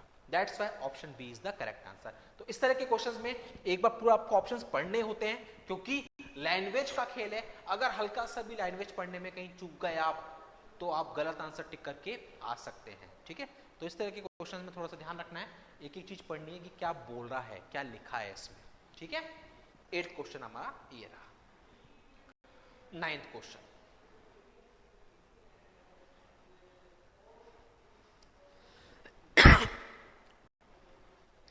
which gate operation gives high output when one of its input is high? ये कह रहा है कि ऐसा टू इनपुट का ऐसा कौन सा गेट है, टू इनपुट का ऐसा कौन सा गेट है जो हाई आउटपुट देगा, when one of its input is high, जब कोई एक इनपुट हाई हो। ऐसा कौन सा गेट है जो कि एक इनपुट हाई होने पर आपको हाई आउटपुट दे देगा?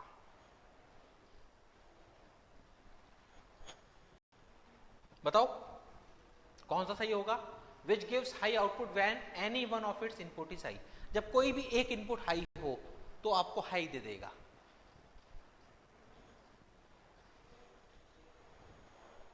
देखो, नॉर में तो एक भी हाई हो गया जीरो देगा पक्का, नॉर में तो कोई एक भी हाई हो गया तो जीरो देगा पक्का, राइट? और बोलो।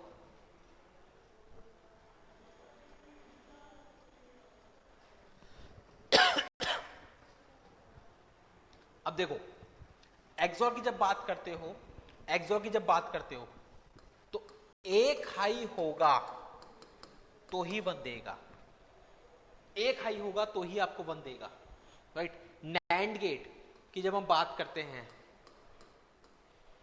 दोनों जीरो होंगे तब भी वन दे देगा। एक्स नॉर की बात करते हैं, दोनों जीरो होंगे तब भी वन दे देगा। यानी कि एक हाई इनपुट पर आपको जो वन दे रहा है, आउटपुट वन दे रहा है, वो कौन है? एक्सॉर है। क्योंकि एक्सॉर में 0 1 या 1 0 पे, यानी कि एक इनपुट हाई होगा तो ही वन मिलेगा, अदरवाइज वन नहीं मिलेगा, है ना? बाकियों में क्या है, दोनों इनपुट्स तो अगर लो हैं तो भी वन आपको मिल जाएगा। क्लियर? नॉर गेट में तो बिल्कुल ही नहीं, कि नॉर गेट में तो अगर एक भी वन हो गया तो जीरो दे देगा। नैंड गेट में कहां लिखा था? नैंड गेट में 0 0 पे भी वन देगा, 0 1 पे 1 1 0, तो इन दो के लिए तो ठीक है, पर यहां पर गड़बड़ हो रही है, एक भी वन नहीं है तब भी वन मिल रहा है, जबकि वो कह रहा है वन पे ही वन मिलना चाहिए, एक वन होना चाहिए एटलीस्ट। यहां पर 1 1 पे मिल रहा है, ठीक है, एक वन पे वन मिल रहा है, ठीक है, पर यहां पर दोनों जीरो पे भी वन मिल रहेगा, है ना, एक्स नॉर में। तो एक्सॉर गेट इसके लिए करेक्ट ऑप्शन होगा, ऑप्शन ए 9th का। ठीक है, 10th,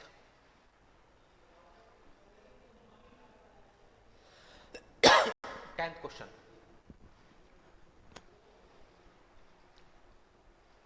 आपको इनपुट दिया है, इनपुट 1 1 1 1 1 रखा, ठीक है, देखो इधर 1 रखा तो यहां पर 1 जाएगा, 1 1 सेम इनपुट, एक्सॉर गेट है, एक्सॉर में सेम इनपुट दूंगा तो 0 मिलेगा, सेम इनपुट जा रहे हैं एक्सॉर में, 0 मिलेगा, एक्सॉर के सेम इनपुट 0 मिलेगा, 1 एक्सॉर 0 1 मिलेगा। बोलो सही है क्या?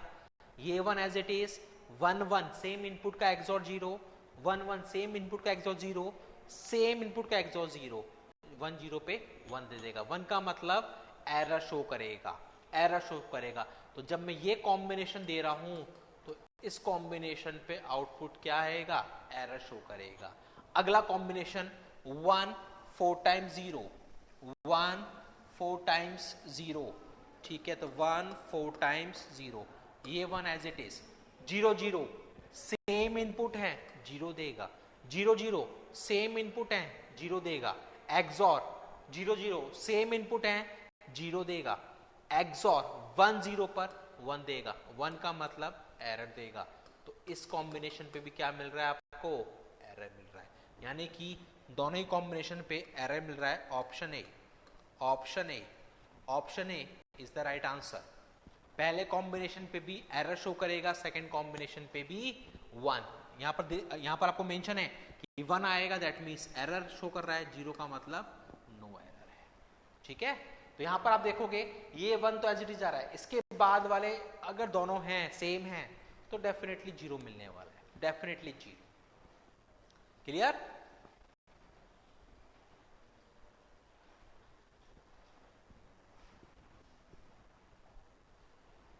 Next one, 11th question. इसका सिंप्लीफाइड फॉर्म देखो, डी मॉर्गन्स लगाओगे, डी मॉर्गन्स लगाओगे क्या दे देगा, ए बार प्लस बी देगा। क्या देगा, ए का बार डॉट की जगह प्लस, बी का डबल बार, बी का डबल बार क्या हो जाएगा, कैंसिल हो जाएगा, है ना, ठीक है। ये dot as it is, A double bar, bar cancel हो जाएगा, प्लस बी बार। इसमें कोई दिक्कत है क्या, बोलो। A bar plus B dot A plus B bar, इसमें कोई दिक्कत है किसी को? कॉम्प्लीमेंट करोगे तो A bar plus B double bar cancel हो जाएगा, plus B dot as it is, A double bar cancel हो जाएगा, प्लस बी बार। आएगा ये, आएगा क्या ये, बोलो।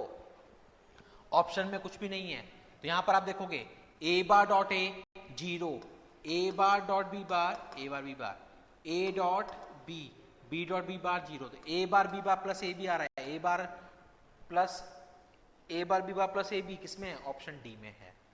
वापस देखें, सिंप्लीफाइड कर रहा हूं इसको, तो देखो A bar plus B double bar आ जाएगा, फिर यहां से करोगे A double bar plus B bar आ जाएगा, डबल बार कैंसिल होंगे तो A bar plus B, A plus B bar होगा।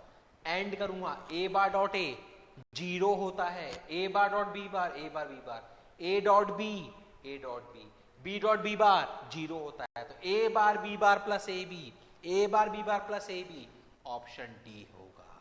A bar B bar plus A B, option D होगा। आई बात समझ में, क्लियर है? तो 11th क्वेश्चन का आपका आंसर आएगा option D, A B plus A bar B bar. कौन से गेट का एक्सप्रेशन है ये, A B plus A bar B bar कौन से गेट का है, एक्स नॉर का, एक्स नॉर का पढ़ा था भी हमने, एक्स नॉर का, A B plus A bar B bar, A B plus A bar B bar. ये किस गेट का है, और गेट का। ये किस गेट का है, एंड गेट का। ये किसका है, एंड गेट का, और ये किसका है, एक्सॉर का। ये एक जनरल एक्सप्रेशन है आपका। Clear? 12th question, next one, 12th question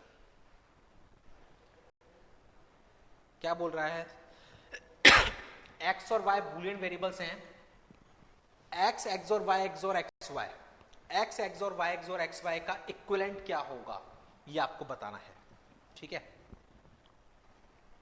solve करते हैं इसको। एक्स एक्स और वाई एक्स और एक्स वाई का सिंप्लीफाइड एक्सप्रेशन ये आपको बताना है, ठीक है। सॉल्व करते हैं।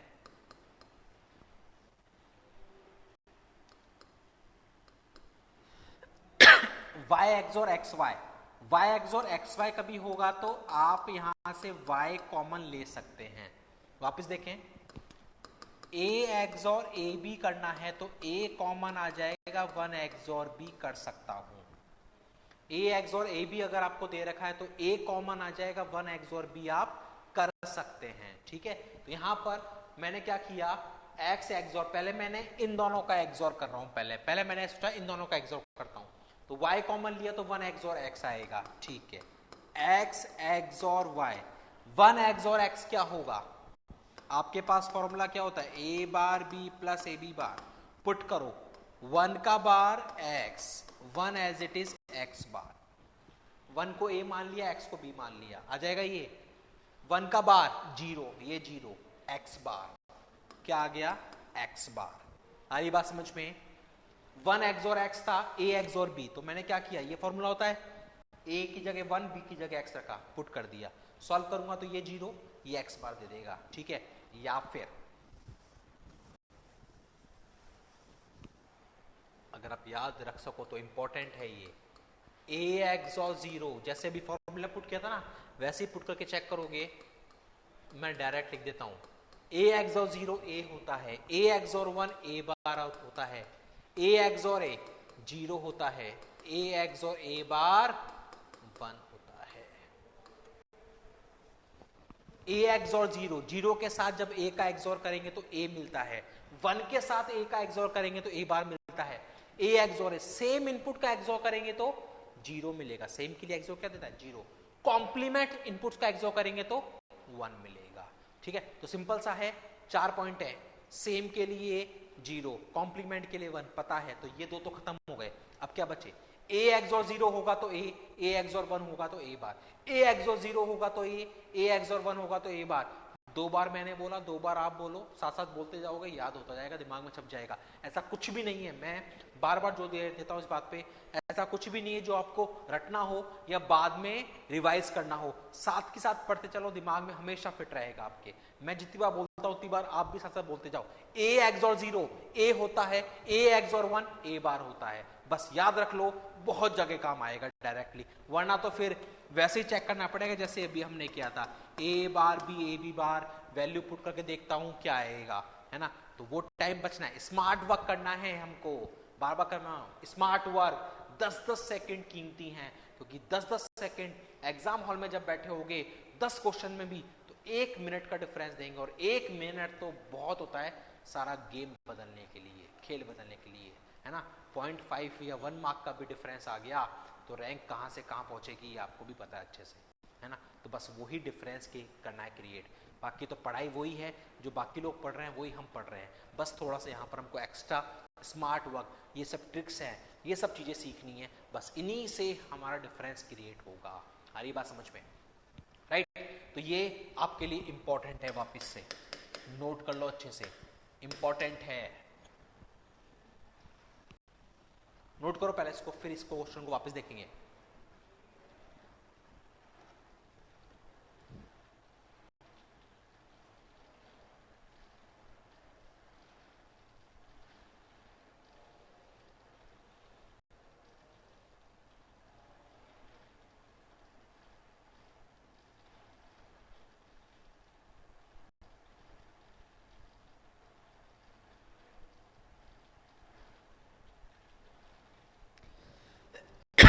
हो गया नोट। अब देखो यहां पर आ गया हमारे पास 1 XOR X X बार, तो X XOR अब हमारे पास बचा X बार Y, ठीक है। XOR करते हैं, इसको A मान लिया, इसको B मान लिया, इसको A मान लिया, इसको B मान लिया, तो A का बार ये एज इट इज, ऐसे वो करते हैं, एक बार इसका बार ये एज इट इज, एक बार ये एज इट इज इसका बार, तो इस बार इसको एज इट इज छोड़ते हैं, इसका बार कर देते हैं, ठीक है, यही होगा।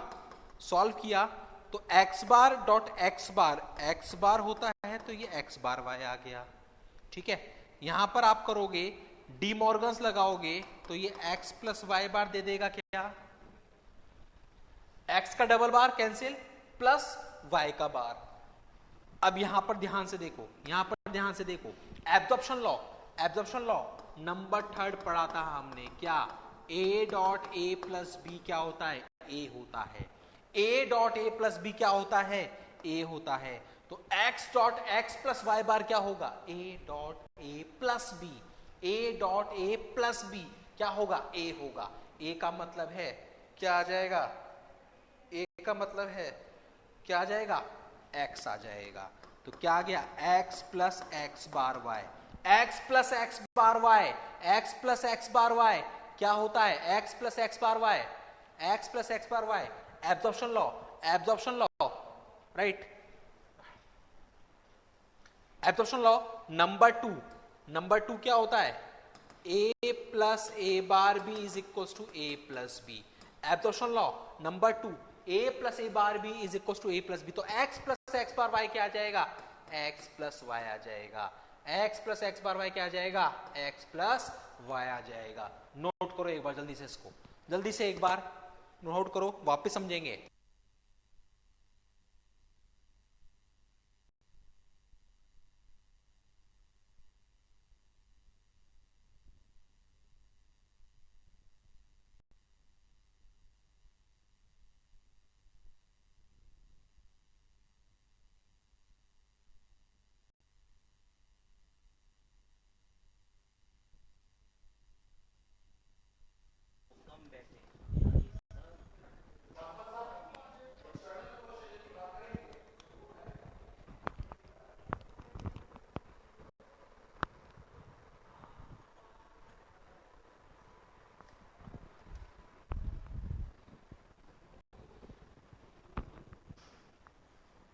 ठीक है, हो गया नोट।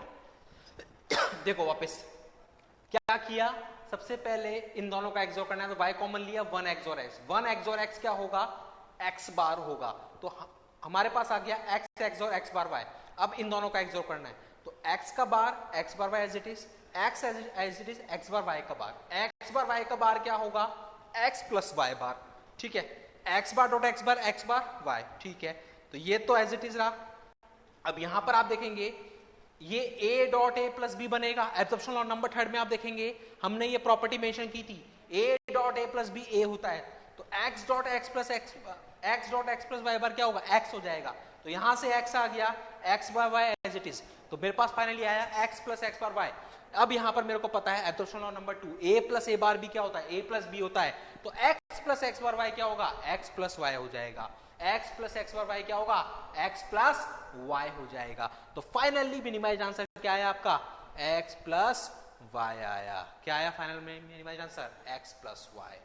आगे बात समझ में, किसी के साथ भी एक्सोर कर लो, कोई फर्क नहीं पड़ने वाला। आप चाहो तो पहले x और xy का एक्सोर कर लो, सेम इसी तरह के सॉल्यूशन होने वाला है, answer finally x plus y आएगा। बोलो कोई दिक्कत, तो इसका आंसर आ रहा है आपका x plus Y, x plus Y. वापिस आते हैं क्वेश्चन पे, तो 12th क्वेश्चन का हमारा आंसर आ रहा है x प्लस वाई, यानी कि ऑप्शन ए। बोलिए कोई दिक्कत है ना। तो 12th क्वेश्चन का आंसर है x प्लस वाई।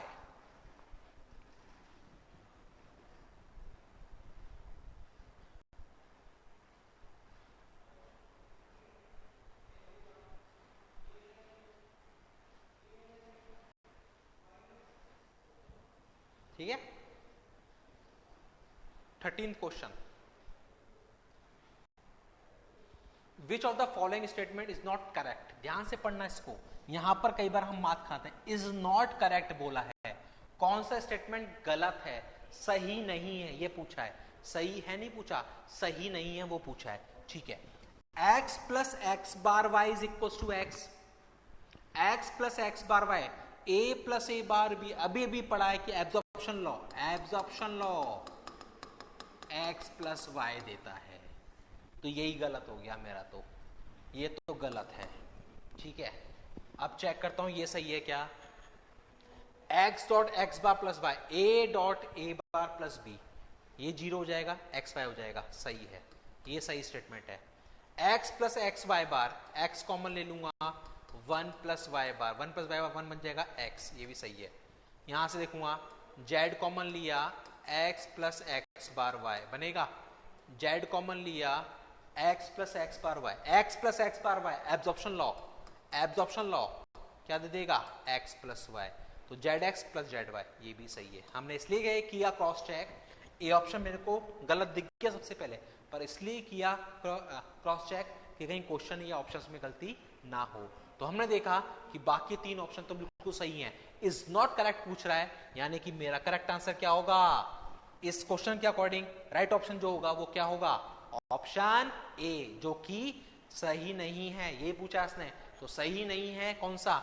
ए ऑप्शन, क्योंकि x plus X bar Y, X दे रखा है, जबकि क्या आएगा? x प्लस वाई आएगा, according to the absorption law number 2।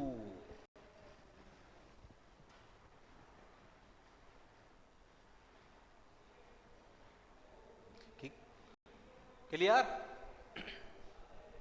Next question, 14th question. The circuit shown below is a bistable multivibrator, astable multivibrator, monostable multivibrator, time delay circuit। Bistable multivibrator जहां पर कि आपकी 2 आउटपुट स्टेट कांस्टेंट होती है ना, stable होती हैं, 2 output states stable होती हैं। अस्टेबल, कोई भी आउटपुट स्टेट स्टेबल नहीं होती है। मोनोस्टेबल, जहां पर आपकी एक आउटपुट स्टेट स्टेबल होती है। अस्टेबल कोई भी नहीं, मोनोस्टेबल एक होती है स्टेबल, और आपका बायस्टेबल दोनों आउटपुट स्टेट्स स्टेबल होती है। जैसे कि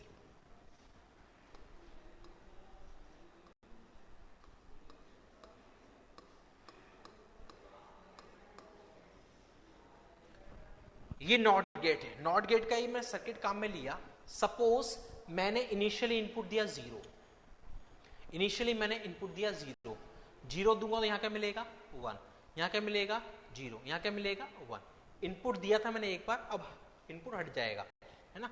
इनपुट मैंने दिया 0, तो यहां 1 आ जाएगा, ये 0 दे देगा, ये 1 दे देगा। अब ये इनपुट हट गया यहां से, अब यहां से क्या आएगा? 1 आएगा, यहां से क्या आएगा? 1, 1 आएगा तो ये क्या देगा? 0, ये क्या देगा? 1, ये क्या देगा? 0, 0 आएगा, क्या दे देगा? 1, 0, 1। देखो कोई भी आउटपुट स्टेट स्टेबल है क्या? 1 आया, फिर 0, फिर 1, 0 फिर 1 जी, फिर 0। कोई भी आउटपुट स्टेट स्टेबल है क्या? नहीं है। That is your astable multivibrator, that works as astable multivibrator. यानी कि आप ध्यान रख सकते हो कि जब हमारे पास odd number of not gates होंगे कैस्केडेड मैनर में, सीरीज कैस्केडेड मैनर में, जब हमारे सीरीज कनेक्शन में, सीरीज में आपके नॉट गेट्स होंगे, odd number of not gates, तो वो सर्किट हमारा अस्टेबल मल्टीवाइब्रेटर बनता है, या हम बोलते हैं इसको स्क्वायर वेव जनरेटर, या हम इसको बोलते हैं square wave generator. Astable multivibrator, square wave generator, ring oscillator. लिखते जाओ, ये बहुत इंपॉर्टेंट चीजें कई बार काम में आती हैं, ठीक है। ये वापस नहीं मिलेगा क्वेश्चन, ये एक ही बार मिलेगा, बट ये बार बार चीजें कहीं ना कहीं दिखेंगी आपको। Odd number of not gates, when odd number of NOT gates are connected in a series cascaded manner, then that circuit works as act as a astable multivibrator, square wave generator, ring oscillator। जहां पर कोई भी state आपकी stable नहीं होगी, इस तरीके से वर्क करेगा। नोट कर लो उसको, फिर बायस्टेबल समझते हैं।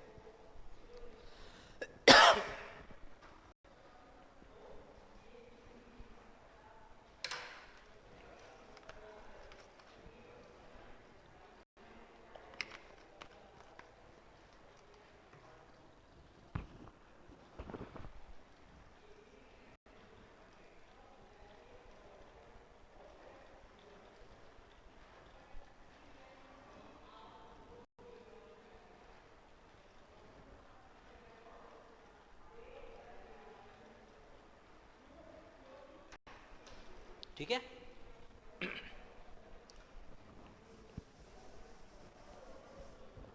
अगर हमने even number of not gates लिए कैस्केडेड मैनर में, अभी तो हमने ऑड लिए थे, अब केवल इवन लेते हैं। देखना इधर, सपोज इनिशियली 0 लिया, 1 दे देगा, 0 दे देगा। इनिशियली 0 लिया इनपुट, तो यहां पर 1 मिलेगा, आउटपुट इन्वर्ट मिलेगा। ये 1 है तो यहां पर 0 मिलेगा। अब यहां पर क्या जाएगा? 0 जाएगा, 1 0, क्या जाएगा यहां पर? 0 1 0। आउटपुट स्टेट, ये आउटपुट हमेशा 1 पर है, ये आउटपुट हमेशा 0 पर है, ये आउटपुट हमेशा 1 पर है, ये आउटपुट हमेशा 0 पर है। वर्क करेगा as a bistable multivibrator, work करेगा as a bistable multivibrator. means when our even number of NOT gates are connected in a series manner. When even number of NOT gates are connected in a cascaded series manner, then that circuit work as a bistable multivibrator, means we are getting two stable output states. ये output भी आपका stable है, ये output भी आपका stable है. Input में आपके जो भी आ रहा है उसके अकॉर्डिंग आप वेरी करते जा रहे हैं, राइट. तो even number of not gates काम में लोगे तो बाइस्टेबल मल्टीवाइब्रेटर की तरह वर्क करेगा, और odd number of not gates काम में लोगे तो कोई भी स्टेबल स्टेट नहीं मिलने वाली आउटपुट की. That means works as a unstable multivibrator. Note कर लो.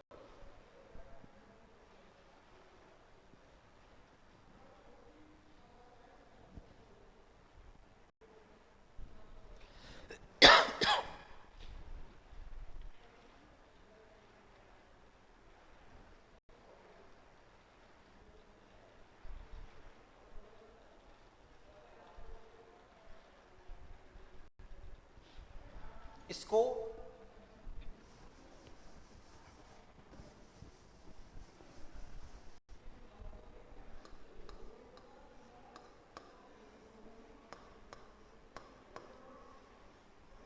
ऐसे भी आप बना सकते हैं ना, ऐसे भी अपन लिख सकते हैं इसको. 0 है तो 1, 1 है तो 0, 0 है तो 1. ये स्टेट हमेशा 1 रहेगी, ये आउटपुट स्टेट हमेशा 0 रहेगी. दो आउटपुट स्टेट हैं, दोनों आपकी स्टेबल मिल रही हैं. बाइस्टेबल मल्टीवाइब्रेटर, बाइस्टेबल मल्टीवाइब्रेटर, है ना. तो इस तरीके से भी डायग्राम को देखने को मिल सकता है.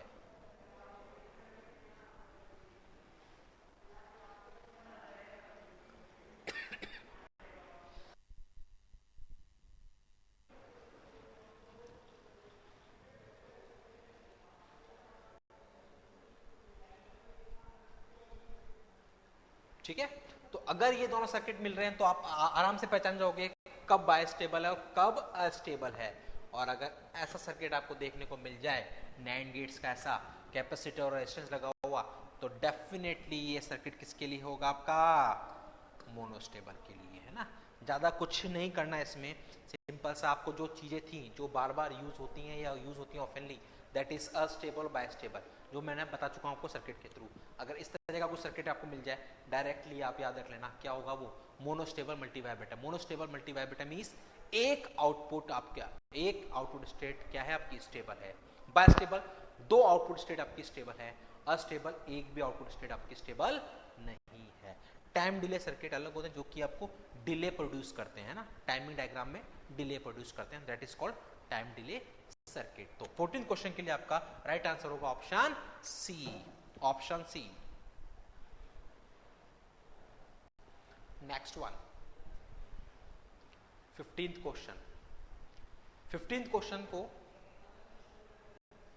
आज हमने बहुत थ्योरी पढ़ ली है, इसको हम होल्ड पे करेंगे, दैट इज फॉर टुमारो. क्योंकि कल मैं थ्योरी पढ़ाऊंगा आपको, कुछ थ्योरी बताऊंगा.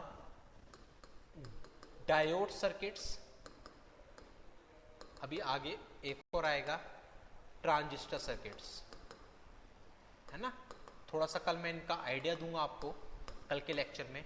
देन उसके बाद अपन इन क्वेश्चंस को अटेम्प्ट करेंगे, वरना आज की पूरी थ्योरी में चला जाएगा आज का लेक्चर, क्वेश्चंस नहीं हो पाएंगे. कल करेंगे इसकी थ्योरी को कवर, है ना. ठीक है. तो 15 क्वेश्चन मेरे को याद रहेगा, अपन इसको कल कवर करेंगे. ठीक है. 16th क्वेश्चन ये आज कर लेते हैं अपन. 16th question, assuming that only the x and y logic inputs are available and their complements, x bar and y bar are not available. कह रहा है कि x और y आपके पास लॉजिक इनपुट अवेलेबल है, x bar y bar directly available नहीं है. Minimum number of two input NAND gates required to implement x, x और y. x और y इंप्लीमेंट करने के लिए कितने नैंड गेट्स चाहिए होते हैं? मार्क किया थोड़ी देर पहले. XOR गेट को इंप्लीमेंट करने के लिए कितने नैंड कितने नॉर? 4 नैंड गेट्स चाहिए होते हैं, 5 नॉर गेट्स चाहिए होते हैं. 4 NAND 5 nor for the XOR. तो XOR पूछ रहा है आपसे, इसके लिए नैंड कितने चाहिए होंगे? 4 चाहिए होंगे. अगर आपसे नॉर पूछता कि नॉर गेट से बनाना है तो आंसर क्या होता? 5 होता. बट आपसे नैंड पूछा है तो x और y के लिए नैंड कितने लगते हैं? 4 लगते हैं। एक्स नॉर के लिए कितने लगते हैं नैंड? 5 लगते हैं। एक्सॉर के लिए 4 नैंड, एक्स नॉर के लिए 5 नैंड, एक्सॉर के लिए 5 नॉर, एक्स नॉर के लिए 4 नॉर। ऑलरेडी टेबल हम बना चुके हैं, कोई टेंशन वाली बात नहीं है, बस याद करना है आपको, ठीक है। तो 16 का आंसर होगा ऑप्शन सी। 17th क्वेश्चन, अभी थोड़ी देर पहले कुछ डिस्कस किया था मैंने, क्या ये 5 नॉट गेट्स, 5 नॉट गेट्स क्या था आपका? रिंग ऑक्सीलेटर लिखा था ना, 5 not gates. Odd number of not gates अगर होंगे कैस्केड मैनर में, astable multivibrator, ring oscillator, square wave generator, है ना, ये 3 नाम। तो रिंग ऑक्सीलेटर आपको दे रखा है, बिल्कुल सही होगा क्योंकि ये 5 नॉट गेट्स हैं, है ना, odd number of not gates हैं लगे हुए, रिंग ऑक्सीलेटर की तरह वर्क करने वाला है, ठीक है। The propagation delay of each inverter is 100 picosecond. Propagation delay क्या होता है? प्रोपोगेशन डिले वो टाइम है, वो डिले टाइम है जो कि गेट को लग रहा है आउटपुट प्रोड्यूस करने में। आपने इनपुट दे दिया, बट आइडियली हम मानते हैं, अभी हम जो भी चीजें करते हैं वो क्या करते हैं आइडियली, कि हमने माना कि हमने इधर से इनपुट दिया और हैंड टू हैंड हमको आउटपुट मिल गया। बट होता क्या है एक्चुअली प्रैक्टिकली कि कुछ ना कुछ डिले होता है, यानी कि कोई भी सर्किट जो होगा वो आप जैसे इनपुट दोगे तो आपको तुरंत आउटपुट नहीं देगा, कुछ नैनो सेकेंड्स का। प्रोपोगेशन डिले की जो यूनिट होती है वो होती है नैनो सेकेंड्स। तो कुछ नैनो सेकेंड्स का डिले जरूर होगा, ठीक है। तो क्या कह रहा है कि आपके पास नैनो सेकेंड्स आपकी बेसिक यूनिट है, 100 पिको सेकेंड, यानी कि और कम हो गया। नैनो का मतलब होता है 10⁻⁻⁹ और पिको का मतलब होता है 10⁻⁻12, ठीक है। तो ये आपके पास आ रहा है पिको सेकेंड। तो क्या कह रहा है कि हर एक इन्वर्टर का नॉट गेट का अदर नेम क्या होता है? इन्वर्टर। क्यों? क्योंकि ये क्या करता है? इनपुट को इन्वर्ट करता है, that's why it is also called as inverter. तो क्या कह रहा है कि हर एक इन्वर्टर का जो डिले है वो कितना है? 100 पिको सेकेंड्स है, ठीक है। What is the fundamental frequency of oscillator output? ये जो आउटपुट है इसकी फंडामेंटल फ्रीक्वेंसी क्या होगी? फ्रीक्वेंसी हमको पता है क्या होती है, F is equal to 1/T होती है क्या? अब देखो ध्यान समझना, हर एक इन्वर्टर का आउटपुट कितना है? 100 picosecond, 100 picosecond, 100 picosecond, 100 picosecond, 100 picosecond, ठीक है, ठीक है, समझना। T का मतलब है एक आपकी वेव फॉर्म, एक टाइमिंग वेव फॉर्म, है ना, एक क्लॉक का टाइम। एक क्लॉक क्या होगी? एक क्लॉक आपकी होगी 0 और एक बार 1, 0 और 1, ठीक है। देखना इधर, सपोज मेरे पास 0 है इनिशियली, तो 1 0 1 0 1, आधी वेव फॉर्म हुई है अभी, आधी वेव फॉर्म, यानी कि 5 गेट्स से मेरा आउटपुट प्रोसेस हुआ। ध्यान सुनना, 5 नॉट गेट से मेरा आउटपुट प्रोसेस हुआ, मेरे को क्या मिला? 1 मिला आउटपुट में। तो अभी मेरे पास 1 आया, यानी कि ये आया है, ठीक है। अब ये गया 1 इधर, 0 1 0 1 0, अब आउटपुट क्या मिल गया? 0। अब जाके मेरी वेवफॉर्म कंप्लीट हो गई, एक वेवफॉर्म कंप्लीट हो गई।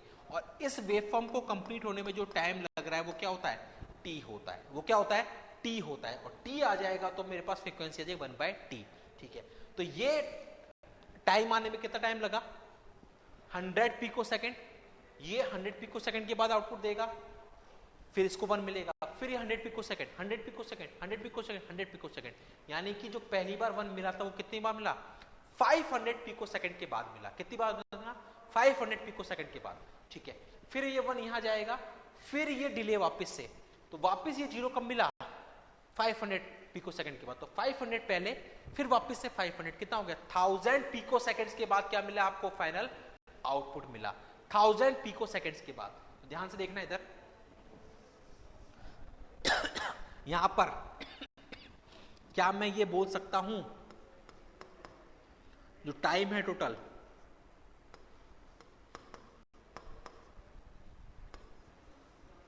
To N TPT generalised form में, एन क्या है? नंबर ऑफ नॉट गेट्स, इसका डबल, क्योंकि आपके पास एक साइकिल में एक जो राउंड किया उसमें 500 पिको सेकेंड था, अभी तो आधा काम हुआ है, आधे के लिए वापस चक्कर काटोगे तो वापस 500 पिको सेकंड, डबल कर दिया टाइम। तो 2n, n क्या number of gates into TPD, ठीक है। तो आपका कितना आ रहा था, 1000 पिको सेकंड आ रहा था। यहां वैल्यू पुट करो, 2 इंटू गेट्स कितने हैं 5, टीपीडी 100, 10 इंटू 100 1000 पिको सेकंड्स आ रहा है।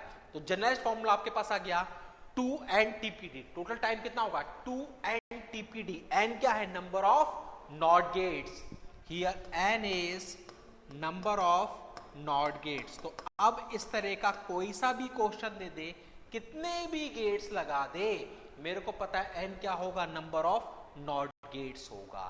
तो मैं टोटल टाइम कैलकुलेट कर लूंगा 2n टीपीडी से, ठीक है।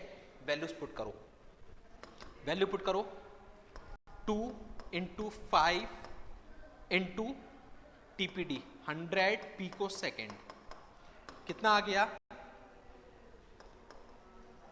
1000 इंटू 10⁻12, 10⁻9 आ जाएगा क्या, 10⁻3 इंटू -12, 10⁻9 यहां पुट करूंगा 1/10⁻9, that is 10⁻9 hertz. Hertz, hertz बोल रहे हैं इसको, ठीक है। हर्ट्ज 10⁻9 1 गीगा हर्ट्ज बोल सकते हैं क्या, 1 गीगा हर्ट्ज। गीगा हर्ट्ज का मतलब होता है 10⁻9 हर्ट्ज, राइट, सही है क्या। मेगा का मतलब 10�6 गीगा हर्ट्ज। तो मेरा आंसर क्या आ जाएगा 1 गीगा हर्ट्ज, 1 गीगा हर्ट्ज। आ गया क्या समझ में, आ गया क्या समझ में, जल्दी बोलो, आ गया। सिंपल सा है, 5 नॉट गेट्स हैं लगे हुए, ठीक है। एक बार में आउटपुट 1 आने के लिए 500 पिको सेकंड लगेंगे, अगली बार 0 आने के लिए वापस से 500 पिको सेकंड। तो मैंने फॉर्मूला लिख दिया 2n टीपीडी, जहां पर n क्या नंबर ऑफ नॉट गेट्स है। तो 2 इंटू 5 इंटू 100 पिको सेकंड, तो कितना आ गया, सॉल्व करोगे 10⁻9, t आ गया 10⁻9, f क्या आ जाएगा 10⁻9 हर्ट्ज, हर्ट्ज आया 10⁻9 hertz is equal to 1 gigahertz, 1 gigahertz. Answer आएगा ऑप्शन सी, आंसर आएगा ऑप्शन सी। आगे पूरी बात समझ में, ध्यान से सब कुछ नोट कर लो, उतार लो, जो भी चीजें बोली हैं यहां नहीं लिखी हैं वो भी लिख लो, जो लिखा है वो भी लिख लो अच्छे से, क्योंकि वापस से अगर ये क्वेश्चन मिलता है तो दिक्कत नहीं आनी चाहिए। नोट कर लो उसको जल्दी से।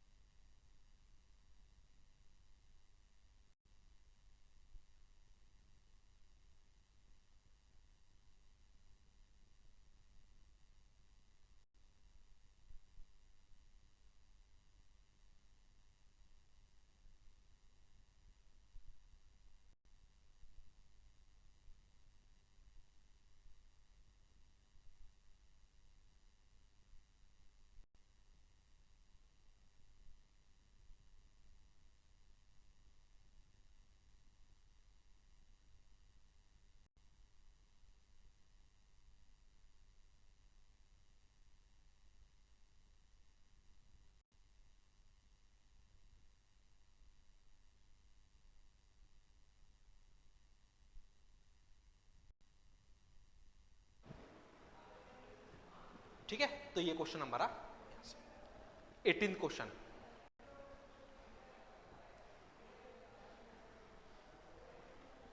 The boolean function x plus y, x bar plus z, y plus z is equal to which one of the following expression। एक एक्सप्रेशन दिया है।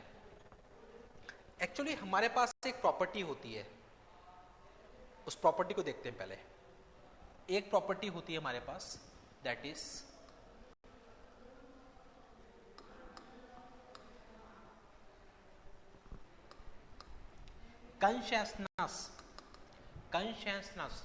Consensus property. इस प्रॉपर्टी में क्या होता है, A bar B A C plus B C is equal to A bar B plus A C होता है, या फिर A bar plus B A plus C B plus C is equal to A bar plus B A plus C होता है। ठीक है, तो ये प्रॉपर्टी क्या कह रही है, ये एसओपी फॉर्म में, ये पीएस फॉर्म में है ना। यहां पर क्या कह रही है, देखो यहां पर ए मेरे पास इस प्रॉपर्टी के ए मेरे पास कॉम्प्लीमेंट फॉर्म में भी नॉर्मल फॉर्म में भी है, कॉम्प्लीमेंट फॉर्म में भी नॉर्मल फॉर्म में भी, और ऐसा सिर्फ ए के साथ है, ऐसा सिर्फ ए के साथ है, बी और सी के साथ ऐसा नहीं है। तो इस प्रॉपर्टी में क्या होगा, जो भी टर्म्स जिनमें ए और ए बार है, मतलब ए जिसमें आ रहा है, वो टर्म्स बच जाएंगी, ये वाली टर्म आपकी रिडंडेंट टर्म होगी। इसको क्या बोलते हैं, रिडंडेंट टर्म, यानी कि ये टर्म आपकी मिनिमाइज्ड हो जाएगी, हट जाएगी। ऐसे यहां पर आप देखेंगे इसमें ए बार प्लस बी है, इसमें ए आ रहा है, यानी कि ये दो टर्म बच जाएंगी, ये आपकी टर्म रिडंडेंट हो जाएगी, मिनिमाइज्ड हो जाएगी, राइट, ये टर्म आपकी हट जाएगी, यानी कि यहां से A bar B plus A सी मिल जाएगा, यहां से A bar plus B dot A plus C मिल जाएगा। तो इस प्रॉपर्टी को पहचानने का यही है, ए और ए बार दोनों प्रेजेंट होने चाहिए, इसके साथ में आपके पास दूसरी टर्म होगी, तो ए और ए बार वाली टर्म आप छोड़ दोगे, इसको आप एलिमिनेट कर दोगे, और ऐसा सिर्फ ए और ए बार मतलब एक वेरिएबल में होना चाहिए। यहां पर भी आपको ए और ए बार बस यही है जो कॉम्प्लीमेंट में है और नॉर्मल में है, बाकी सारे नॉर्मल में है।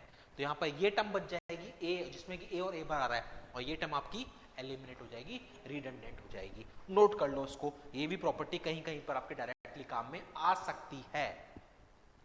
कॉन्शियसनेस थ्योरम, कॉन्शियसनेस थ्योरम लिख लो, फिर वापस देखते हैं उस क्वेश्चन को, जिस क्वेश्चन के लिए हमने प्रॉपर्टी लिखी है यहां पर।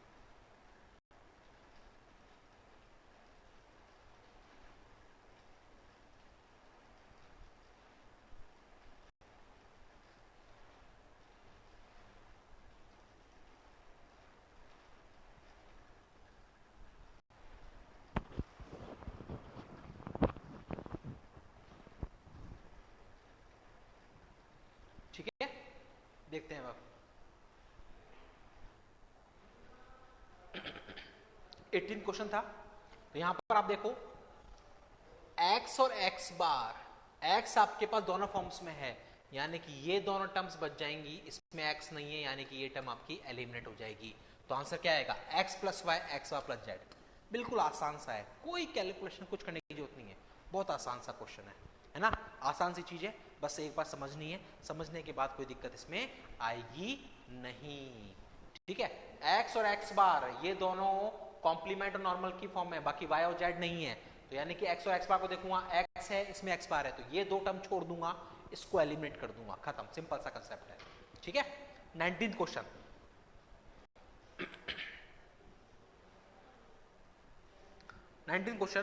For the identity AB plus A bar C plus BC is equal to AB plus A bar C, the dual form is, dual form,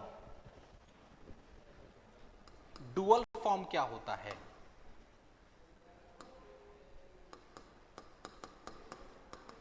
and का और कर देते हैं, और का एंड कर देते हैं, 0 दिया है तो 1 कर देते हैं, 1 दिया है तो 0 कर देते हैं। यानी कि सपोज आपको दिया है a प्लस बी, तो उसका डुअल क्या होगा, a dot B, a as it is sum, and और दिया है, और का एंड कर दूंगा।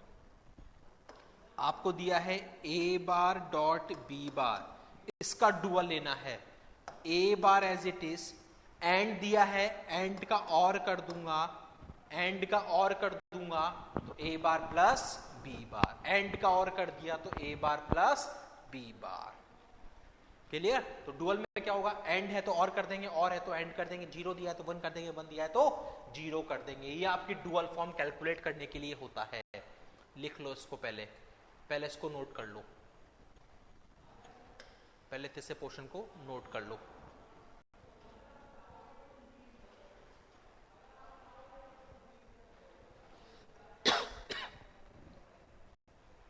अब देखिए डुअल फॉर्म, इसकी डुअल फॉर्म, तो इसको मैं लिखूंगा a प्लस बी, मैं यहीं लिख लेता हूं, है ना, फिर मैच कर लेंगे कौन सही है, a प्लस बी, ये डॉट, वेरिएबल्स को कुछ नहीं छेड़ना आपको, a है तो a लिखूंगा, a बार दिया तो a bar, as it is लिखना है, b plus C, A plus B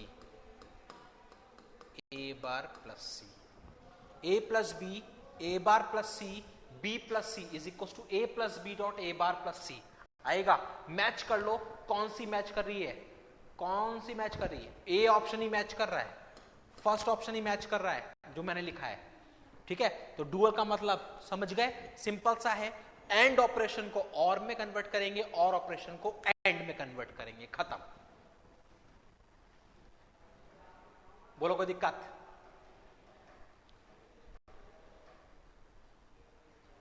clear है? कोई डाउट? नोट करो जल्दी से इसको। 19th का आएगा ऑप्शन ए, 19th का करेक्ट आंसर ऑप्शन ए।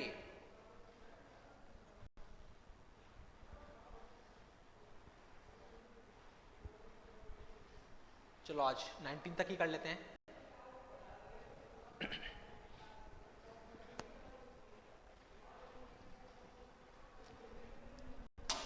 कल इसके आगे से करेंगे, ठीक है। बट इंपॉर्टेंट क्या है, जो भी आज थ्योरी वाला पार्ट बताया है ना, समराइज वे में जो भी थ्योरी वाला पार्ट बताया है उसको एक बार अच्छे से वापस पढ़ लेना, क्योंकि बहुत सारे क्वेश्चन है जो भी हमको करने हैं। ठीक है, बहुत सारे क्वेश्चन है जो भी हमको करने हैं। ठीक है, नेक्स्ट 3 to 4 डेज ये चलेगा अभी और चैप्टर, तो इसलिए वो सारी चीजें आपको पता होनी चाहिए। और कल जैसा कि मैंने कहा डायोड सर्किट और ट्रांजिस्टर सर्किट, इसकी थ्योरी अपन कवर करेंगे। तो एक क्वेश्चन जो हमने स्किप किया था 15 नंबर का, उसको हम यहाँ पर कवर करेंगे वापस से, है ना। ठीक है, आज के लिए इतना ही। Thank you guys.